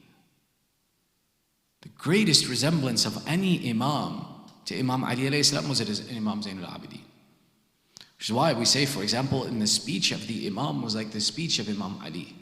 The dua of the Imam was like the dua of Imam Ali. The first thing that you notice is the impact.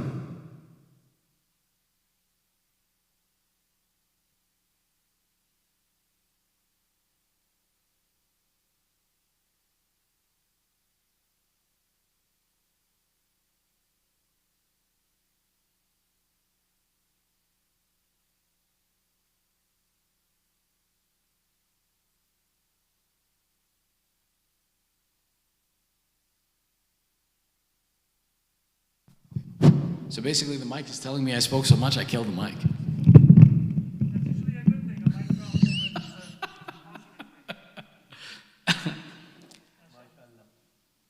The first thing that we take a look at is the impact of the time that Imam Zainul Abedin spent with his grandfather.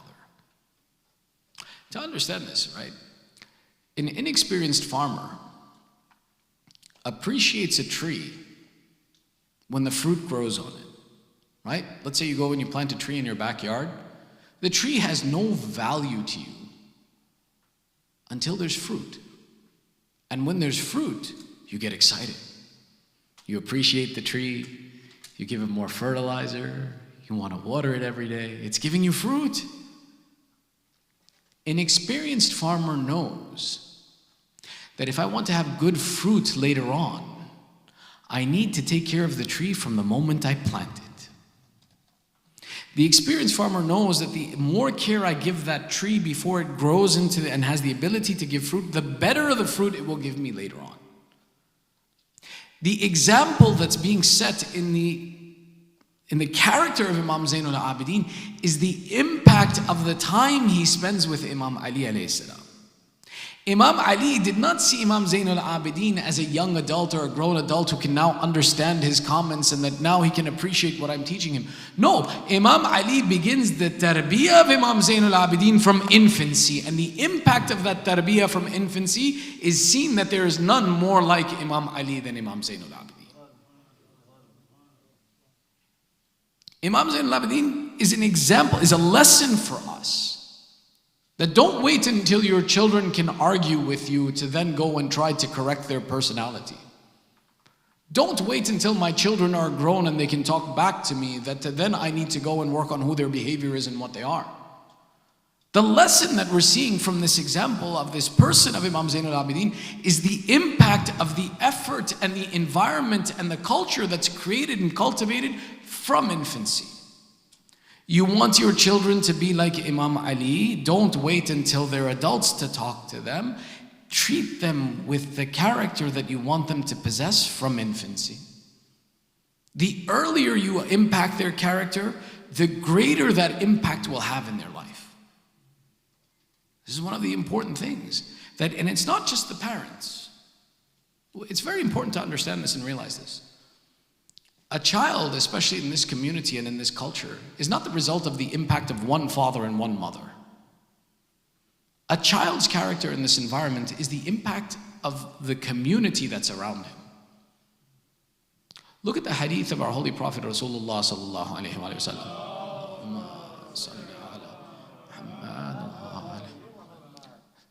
There are certain affairs our Prophet said, I will not stop doing until the day I die.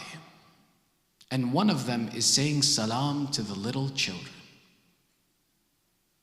The best of humanity, see this time I'm not going to break it, I'm going to hold it. The best of humanity would make the statement that it's important for me, the best of humanity, the mercy to mankind, to say salam to little children, to greet little children. Speaks to us as a community that each one of us, when we see a small child, when we see these children, our interaction with them is going to have an impact on their personality. Don't ignore them. Don't shun them. Don't hide them. Build a relationship with them. Talk to them, communicate. They want to look up to someone. Each of us, when we look back in our life, we see people who molded our personalities, who made us who we are today. And each one of those people is someone who took the time to see us as a person and talk to us. This is the lesson from the life of Imam Zainul Abedin, that the impact of that time with Imam Ali was such that he writes the Zabur Ali Muhammad. We have to invest in our children from a little age. Not when they're older and we can see that, oh, now he's doing bad things, now I need to correct it. Oh, now she doesn't listen, now I need to change her. No. It's from that early age we need to invest, pay attention to, talk to, build a relationship with them. Work on their character from the start. That's how we raise people like Imam Zainul Abedin. Imam Zainul Abedin, what he does for us is that when he's prevented from being able to directly interact with people, he says, then I will communicate to Allah and educate the community that comes afterwards. Imam Zainul Abedin gives us a book of prescriptions that says whatever your problem is, you can turn to Allah and I will teach you the words that you need to know, that when Allah says, Ad'uni astajib lakum, call on me, I will answer you. How do you call to Allah? Let me show you whatever your problem is, how to call to Allah. The book of Sayfa Sajadi is a book of prescriptions that Allah told you to call Him.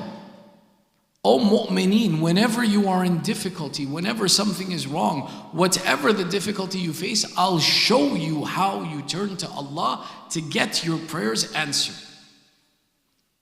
There's a narration of Sayyid Muhammad Taqi Majlisi. Sayyid Muhammad Taqi Majlisi is the father of Sayyid Muhammad Baqir Majlisi, who wrote Bihar al-Anwar. That Sayyid Muhammad Taqi Majlisi says, I had a dream, and in my dream I was speaking to the Imam of our time. And in my dream, when I was speaking to the Imam of our time, I asked him, as I knew my conversation was coming to an end, Ya Ibn Rasulullah, give me a prescription, give me something that the mu'mineen in this time of difficulty and separation from you, what should they hold on to that will help them and protect them from the difficulties of this time? And Alaba Muhammad Taqi Majlisi says that in my dream, Imam Zaman said, go to Tajuddin, and whatever the book that Tajuddin gives you, that's what you need to have. And the lengthy story goes that Sayyid Muhammad Taqi Majlisi, when he wakes up, he looks for this Tajuddin, and he looks and he talks to many people, but he can't find this Tajuddin until eventually he goes to the shop of his friend and sits down dejected, as if He can't find what he's looking for and upset. And his companion, the shopkeeper, says, "What's the matter?" And he says, "I have been looking for one known as Tajuddin for a book that he possesses." And the shopkeeper says to him, "Is this the book you want?" He says, "Why do you have it?" He says, "I'm known as Tajuddin." He says, "I don't know you as Tajuddin." He says, "No, but Tajuddin is one of the names that I'm known by, just because you don't know me." And he takes this book from this person, and it turns out to be the Shahe Sajjadiyya that we possess today in our hands.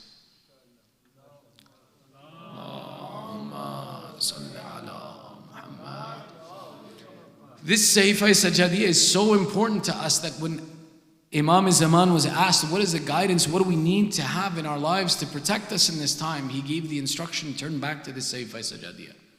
This copy that we have today in our hands comes from this source that Allama Muhammad Taqi Majlisi, the father of Allama Muhammad Baqir Majlisi, is the one who provided and made sure that we have this book now. It's one of those books that, for example, there's one thing that I have a problem, I go and look for the solution. The other is that I'm familiar with where I need to go for the solution. That when I'm in trouble, sometimes, and we know this, when I'm in difficulty, I forget what's around me, I forget to look. Which is why it's important that you build the relationship with these sources and these resources now.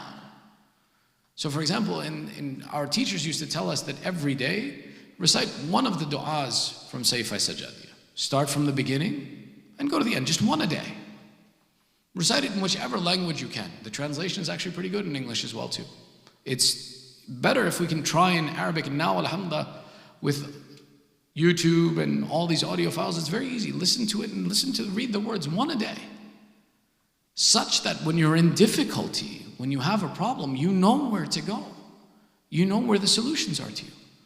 Which is why it's an important lesson from our Imam, where he teaches us to never lose hope in Allah, never have hopelessness in Allah. Rather, he gives us the tools to ensure that when we ask Allah, our prayers are answered. The Imam is giving us the solution. It's on us to take it, that keep this relationship with Allah, and it's something that's so important that our Imam goes and reinforces this for us. Our fifth and final point, Sallu ala Muhammad wa ali Muhammad. Sallu ala Muhammad wa ali Muhammad. This fifth point is very important, and it is not to leave the crying over Imam Hussain.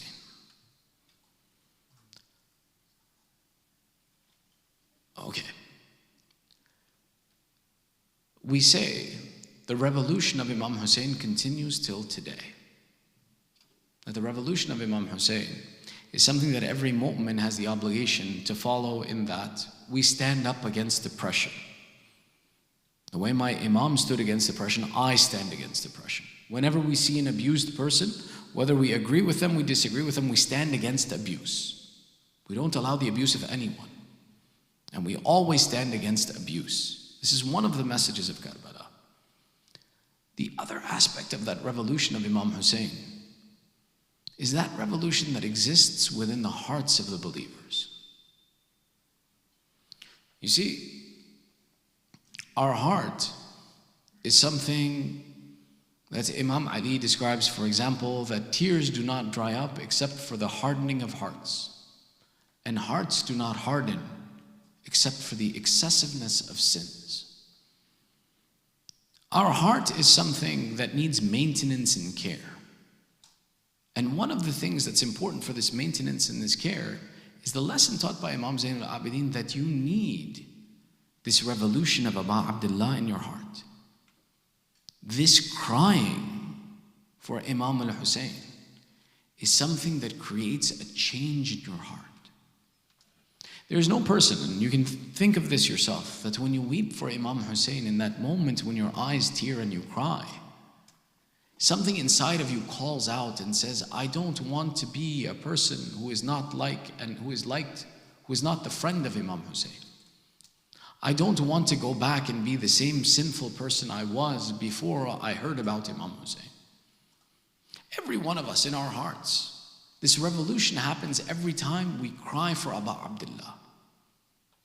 It's one of the important attributes that we possess, that no matter how this environment puts rust on our hearts, how this environment affects and makes us hard-hearted, removes our humanity from us. The love of Imam Hussain, the tears that we cry for Imam Hussain are something that will bring us back to the path of guidance.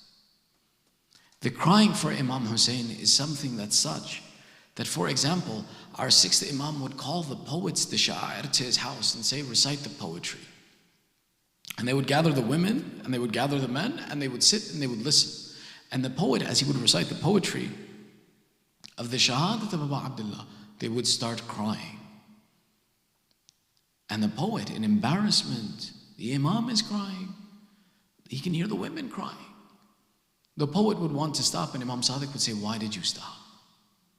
Continue the poetry of my father. And he would explain that, oh, if you were to recite poetry that made 100 people cry, Allah would give you heaven. 90 people, 80 people. If you made 10 people cry for the sake of Imam Hussain, Allah will give you. Then he said, no, even one person, you make one person cry, Allah will give you heaven. He says, forget anyone. If you yourself cry for Abu Abdullah, Allah will grant you heaven. No, even if you fake cry, and it comes out the size of the wing of a fly, Allah can grant you heaven for that weeping for Abu Abdullah. This is the importance of those tears, that Imam Radha in the court would have this poetry for Abu Abdullah recited and would cry in front of the people. Our A'imma, when they cried for Imam Hussain, it was a lesson that, oh mu'mineen, faith comes to your heart through the masa'ib of Abu Abdullah. Don't separate yourself from these masa'ib. Which is why Imam Zainul Abedin wept for 34 years. He didn't leave this crying because of the difficulty on his soul. It was a message for us that you need this in your life. To preserve Islam in your house, to preserve haya, modesty in your lives. You can't forget these difficulties. And create for yourself an environment that promotes crying. Don't try to stop the tears when they come to you. Promote it any which way that you can. If we can, let's turn off the lights. Because you know why? One of the things my Imam was known for was that in Medina, when you go and you stand between Baqi on one side and the Haram of Rasulullah on the other, between these two places was an area known as Mahallai Bani Hashim. The people would say that at night we would sometimes pass through this area and we would see a man in a very worried condition pacing back and forth between these two places as if he was looking for someone. When we would go to him and ask him, what's the matter? Is there something we can help you with? He would say, I am looking for someone to join with me in the aza of my father. I am looking for someone to cry with me over my father, Abu Abdullah. I am looking for someone to weep about what they did to my father. My father was that madloom who was killed thirsty and hungry. My father was that madloom who was killed alone, away from his family. My father was that who was killed. That Imam Zamana describes, my salam on that Imam. That when the sweat of death overcame his brow, he continued to move his hands and feet and look over at his tents. My madloom Imam was the one who was killed in a condition that he was worried about what they would do to his sisters and his daughters after him. This is why Imam Zainul Abedin would explain when they said, Yabna Rasulullah, what was the most difficult thing that you experienced in the waqi of Karbala? He would reply, Ash-Sham, Ash-Sham, Ash-Sham. Yabna Rasulullah, you saw the body of your father overrun by horses, yet you cry for Sham. What happened in Sham, Yabna Rasulullah? Oh, if you knew that my Imam was the one who was paraded through the streets of Sham in such a way that they would throw stones at not just him. But they describe in one instance that as the head of Abu Abdullah was brought in front of the women, an old woman with a hunched back, seeing the head of Imam Hussain, picked up stones from the ground and began to throw it at the head of Imam Hussain.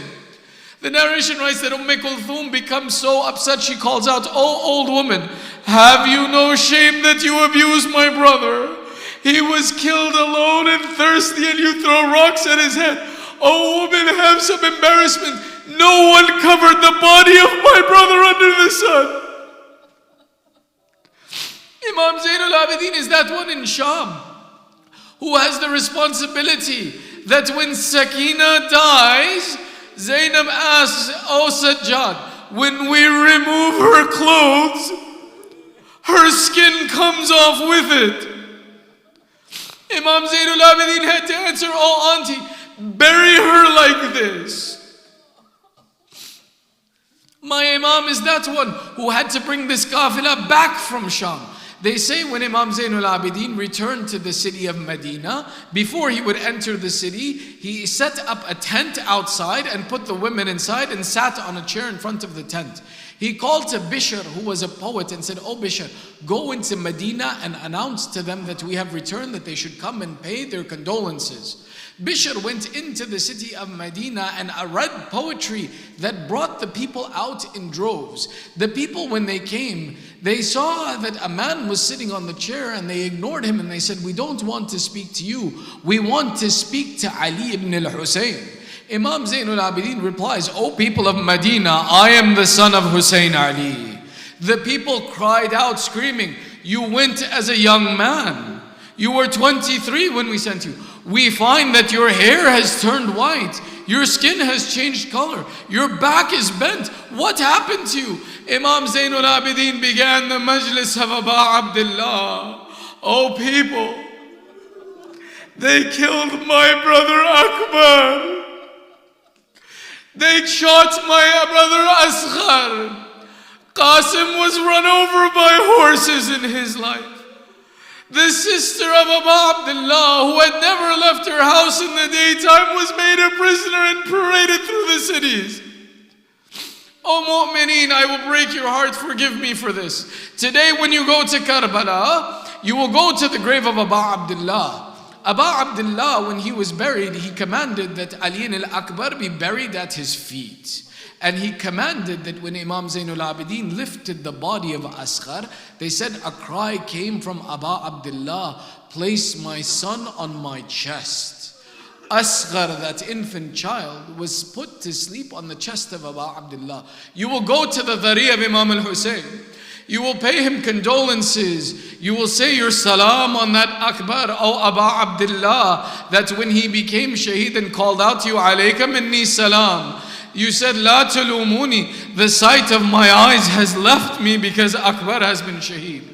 When that Asghar was killed in your arms, you complained to Allah of it. We give you condolences for both of them. But Ya Aba Abdullah, there is that one son of yours who is not present here, who was sent away from you as a prisoner. Oh Aba Abdullah, my condolences to you even today. That today I cannot go to this Imam and give him my condolences. Yet today Sajjad is again a prisoner. You go to Medina, try to go to my Imam, and they have set a barrier in front of you. Again Zainul Abedin has become a prisoner. How shall we bid our salam to that Imam who was a prisoner then and is a prisoner today? ألا لعنة الله على القوم الظالمين وسيعلم الذين ظلموا أي منقلب ينقلبون إنا لله وإنا إليه راجعون ندعوك باسمك العظيم الأعظم الأعز الأجل الأكرم. Let's raise our hands in dua with tears in your eyes. Ya Allah, Ya Allah, Ya Allah, Ya Allah, Ya Allah, Ya Allah, Ya Allah, Ya Allah, Ya Mahmoud بحق محمد, يا أعلى بحق علي, يا فاطر السماوات بحق فاطمة, يا محسن بحق الحسن, يا قديم الأحسان بحق الحسين.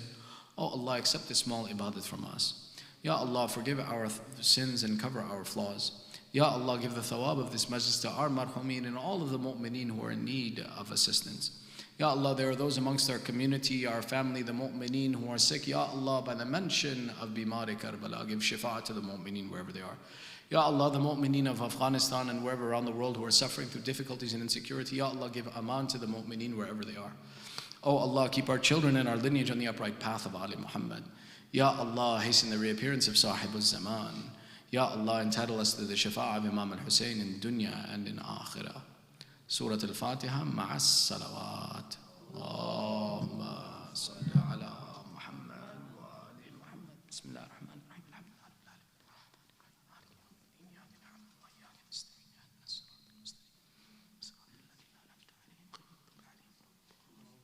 Matime Hussain.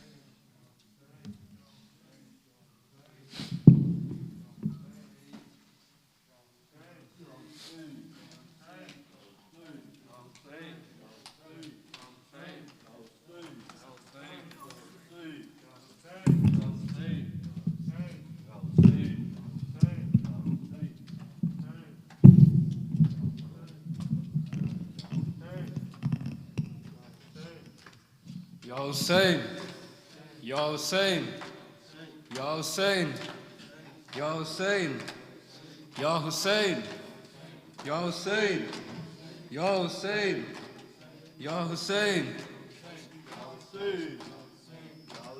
Ya Hussain. پھر فاطمہ کے گھر میں فرش عزا بچھا ہے، بیمار کربلا کا تابوت اٹھ رہا ہے. پھر فاطمہ کے گھر میں فرش عزا بچھا ہے، بیمار کربلا کا تابوت اٹھ رہا ہے. پھر فاطمہ کے گھر میں فرش عزا بچھا ہے، بیمار کربلا کا تابوت اٹھ رہا ہے. کرب و بلا کا زخمی یثرب میں چل بسا ہے، بیمار کربلا کا تابوت اٹھ رہا ہے. پھر فاطمہ کے گھر میں فرش عزا بچھا ہے، بیمار کربلا کا تابوت اٹھ رہا ہے. پھر فاطمہ کے گھر میں فرش عزا بچھا ہے، بیمار کربلا کا تابوت اٹھ رہا ہے. ہائے زیر کفن بھی اس کی آنکھوں سے خون ہے جاری، یاد آ رہی ہے غربت سجاد کو پدر کی. روزے سے مصطفیٰ کے اعلان ہو رہا ہے، بیمار کربلا کا تابوت اٹھ رہا ہے. پھر فاطمہ کے گھر میں فرش عزا بچھا ہے، بیمار کربلا کا تابوت اٹھ رہا ہے. پھر فاطمہ کے گھر میں فرش عزا بچھا ہے، بیمار کربلا کا تابوت اٹھ رہا ہے. ہائے باقر سے کہہ رہا تھا سادات کا گھرانہ، پہلو میں نہ جا کے میت نہ لے کے جانا. پہلے بھی ایک جنازہ گھر واپس آ چکا ہے، بیمار کربلا کا تابوت اٹھ رہا ہے. پھر فاطمہ کے گھر میں فرش عزا بچھا ہے، بیمار کربلا کا تابوت اٹھ رہا ہے. پھر فاطمہ کے گھر میں فرش عزا بچھا ہے،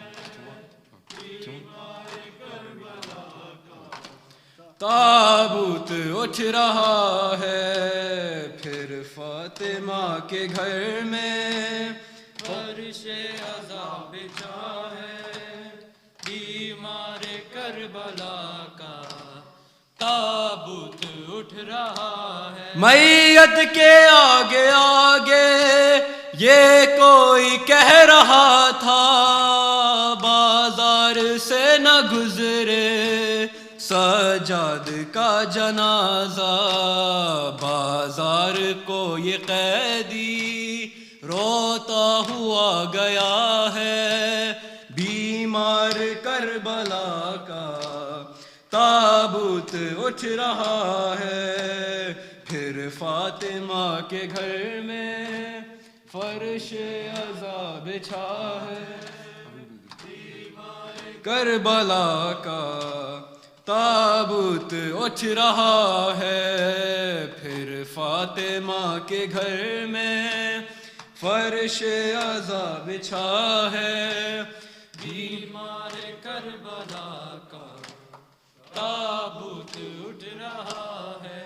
تابوت سے لپٹ کر کہتی ہے کوئی بچی، زندان سے ہے آئی بھیا بہن تمہاری، آنکھیں تو کھول لو اب سر پر میرے ردا ہے بیمار کربلا کا، تابوت اٹھ رہا ہے پھر فاطمہ کے گھر میں، فرش عزا بچھا ہے بیمار کربلا کا، تابوت اٹھ رہا ہے۔ یا حسین یا حسین یا حسین یا حسین یا حسین، سجاد لئیے مشکل اے شام دا سفر، سجاد لئیے مشکل اے شام دا سفر، سجاد لئیے مشکل اے شام دا سفر، سجاد لئیے مشکل، اکبر برادہ قاتل، اکبر برادہ قاتل، عابد دا ہم سفر ہے، سجاد لئیے مشکل اے شام دا سفر، سجاد لئیے مشکل اے شام دا سفر، سجاد لئیے مشکل، ہو یار حاجدوں دا چپ چپ سجاد رہندا، پچھے حال کوئی روکے نہ شام دائے لیندا، جیڑے ظلم ویکھے عابد، جیڑے ظلم ویکھے عابد، دنیا نو کی خبر ہے، سجاد لئیے مشکل اے شام دا سفر، سجاد لئیے مشکل اے شام دا سفر، سجاد لئیے مشکل، اصغر دا کرتا ویرن میری لاحد وچ رکھا دے، احسان کر قبر دا عابد نشاں مٹا دے،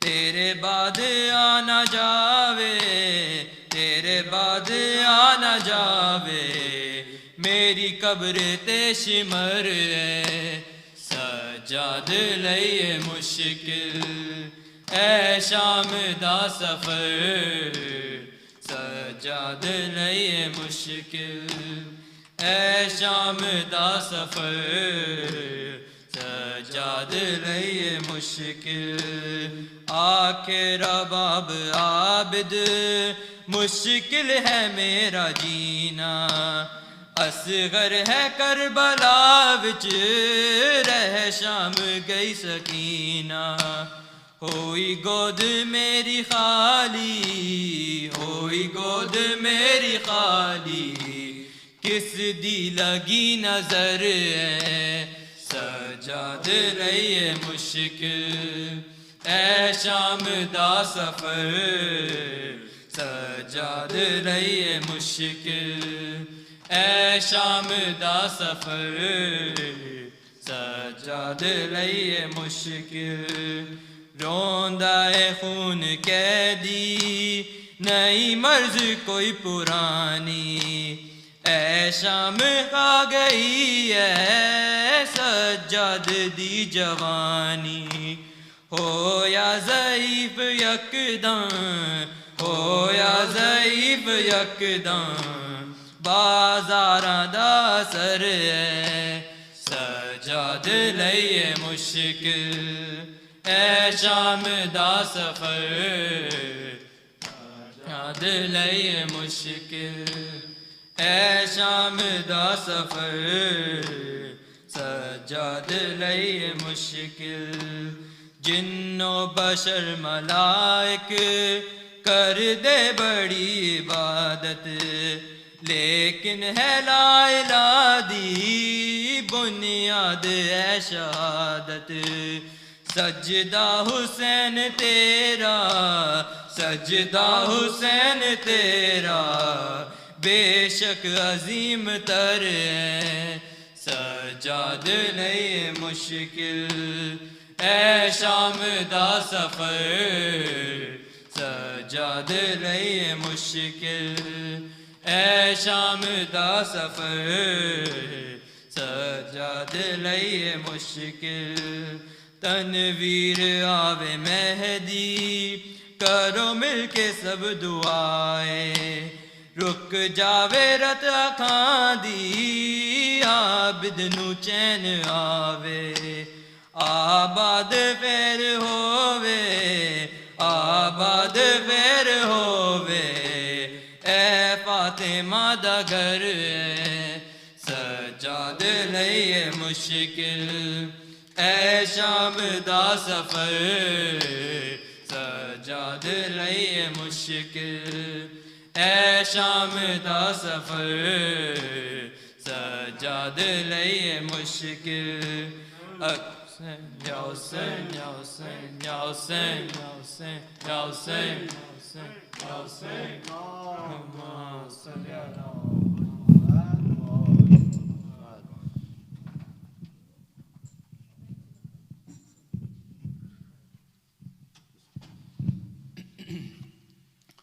اللهم صل على محمد وآل محمد السلام عليك يا رسول الله السلام عليك يا نبي الله السلام عليك يا خاتم النبيين السلام عليك يا أمير المؤمنين علي بن أبي طالب السلام عليك يا فاطمة الزهراء سيدة النساء العالمين السلام عليك يا حسن بن علي المجتبى السلام عليك يا أبا عبد الله الشهيد بكربلاء السلام عليك يا أبا عبد الله وعلى الأرواح التي حلت بفنائك عليكم مني جميعا سلام الله أبدا ما بقيت وبقي الليل والنهار ولا جعله الله آخر العهد مني لزيارتكم السلام على الحسين وعلى علي بن الحسين وعلى أولاد الحسين وعلى أصحاب الحسين جميعا ورحمة الله وبركاته السلام عليك يا تسعة المعصومين من ذرية الحسين علي بن الحسين زين العابدين ومحمد بن علي الباقر وجعفر بن محمد الصادق وموسى بن جعفر الكاظم وعلي بن موسى الرضا ومحمد بن علي الجواد وعلي بن محمد الهادي والحسن بن علي الأسكري السلام عليك يا حجة الله يا ابن الحسن يا صاحب العصر والزمان عجل الله تعالى فرجك وسهل الله تعالى مخرجك وظهورك وجعلنا من أعوانك والأنصارك المستشهدين بين يديك السلام عليكم جميعا ورحمة الله وبركاته